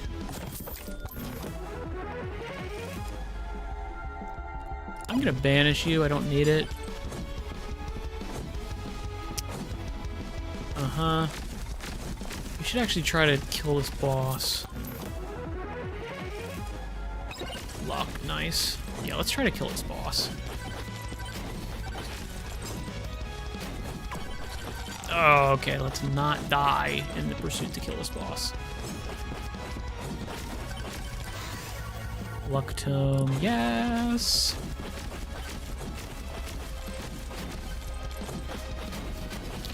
Do not. Nope. Okay, let's get this rage. This actually should help me. Yeah, this should help me out a lot. I can get this burger. Maybe I can get this burger. Okay, that gives me something. Quantity tome. Shield tome. You know what? I need the extra health. I need the health. I need the health. I need the health. I need the health. I need the health. I need the health. Okay. Aura. Definitely aura. Shit. Okay. Woo. Okay. I needed the health. I got a health drop. Thank God. Holy shit. Okay. Axe. And now we're gonna, again, like I said, focus on the axe here. We want to get axe to level 10. Crit chance by 10%. That's really good. Aura. Absolutely. Aura is so good. Aura's busted. Aura is, like, pretty close to one of the best. Damage tome, obviously. Don't even know why I hesitated. Okay. Let's get these guys. See, with Aura, I can stand still. I'm not nearly as lifesteal for sure. Absolutely, I need the lifesteal. But yeah, Aura is really, I mean, like, even at level 1, it's really powerful. I mean, I guess I do have damage. But still, dude, like, it's not even close. It's so busted. Like, all of these mobs just dissolve immediately. Crit damage, definitely crit damage. Crit damage is really good. Especially with that extra crit chance. HP regen, I'll take it. There's 3 chests right here. That's really good. I'm gonna grab all you boys. Uh-huh. And then we're gonna try to find... Ooh, that's really good. Okay, axe. I said it, I meant it. Attack speed, really good.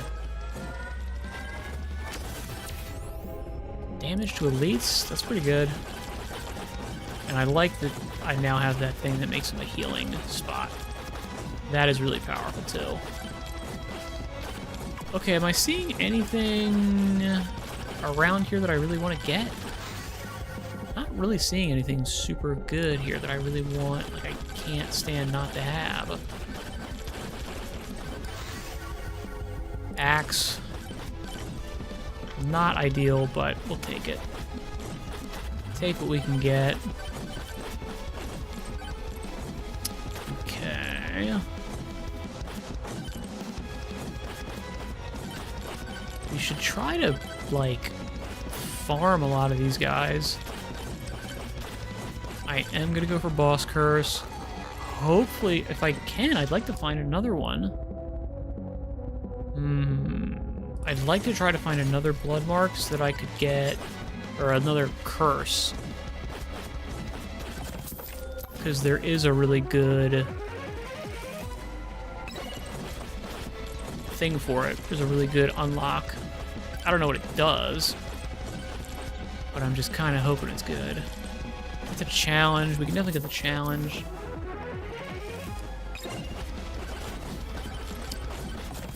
And I'm really hoping to find a magnet or something so that I can absorb all this stuff that I just didn't do. Shield Tome. I'm going damage, even though it's not. Yeah. The Shield Tome was a mistake. I should not have used the Shield Tome. Aura. Yeah. That was a mistake. Shield Tome's not awful, but it was a moment of weakness where I thought I was gonna die.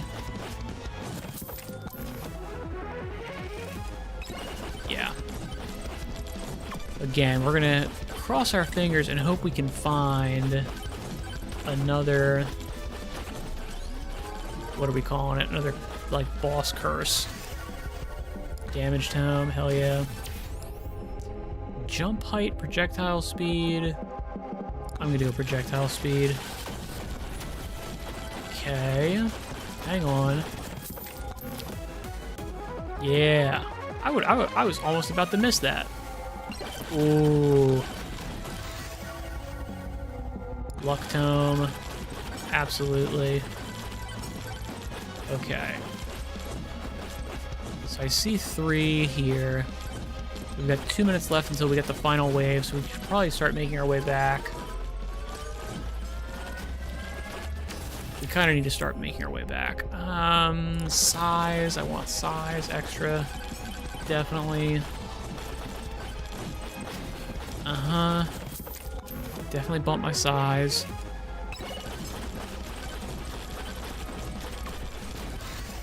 Shield Tome, Axe. Again, we're trying to get... I think I might be able to do like a standstill move.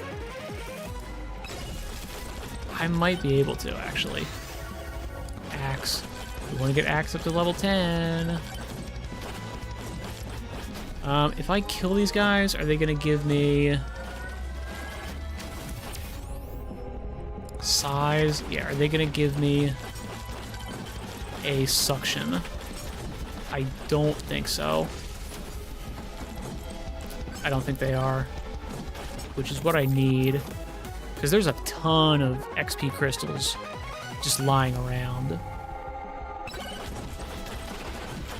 For sure. 100,000,000%. There's a bunch just lying around.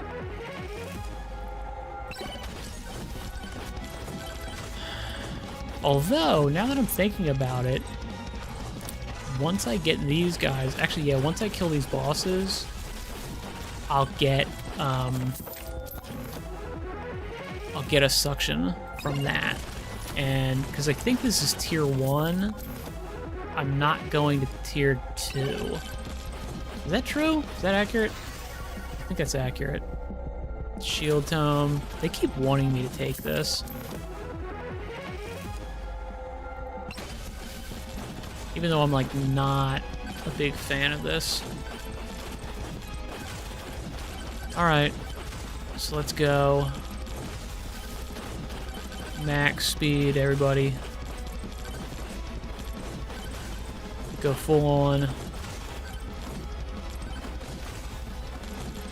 Trying to get to this shrine. I hope we're in... I was gonna say, I hope we're in the right spot. Ooh, hang on. Yes, I see you. We're taking you. There's also a shield. That's axe. Axe to level 10. And now... I'm gonna go axe to level 10. Damage tome. Damage tome. Epic aura, hell yeah. Aura. Rare. Yeah, damage tome is really good. Doink. Spawn those bosses.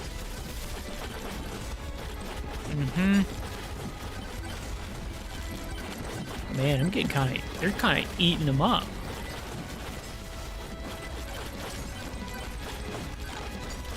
This is kind of doing some work, I'll be honest. And I guess a little bit of lifesteal is helping out a lot too, survivability-wise.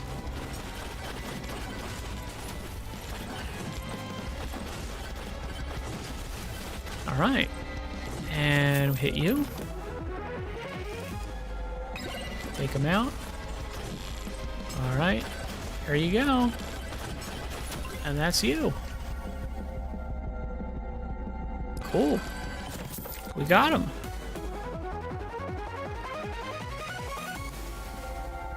Ooh, nice. We do have the airborne now. Sweet. Alright, so now we're just seeing how long we can go. So let's see what other stuff we can find here. And now I'm moving. Now I'm moving super fast. I don't know why I'm moving so fast now. Obviously, I'm jumping like crazy because I have the scarf, so I'm getting some real extra juice.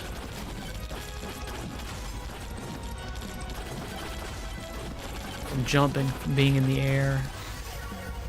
Let's go Aegis. Boss Buster. Let's increase our luck. Let's go ahead and get extra airborne damage.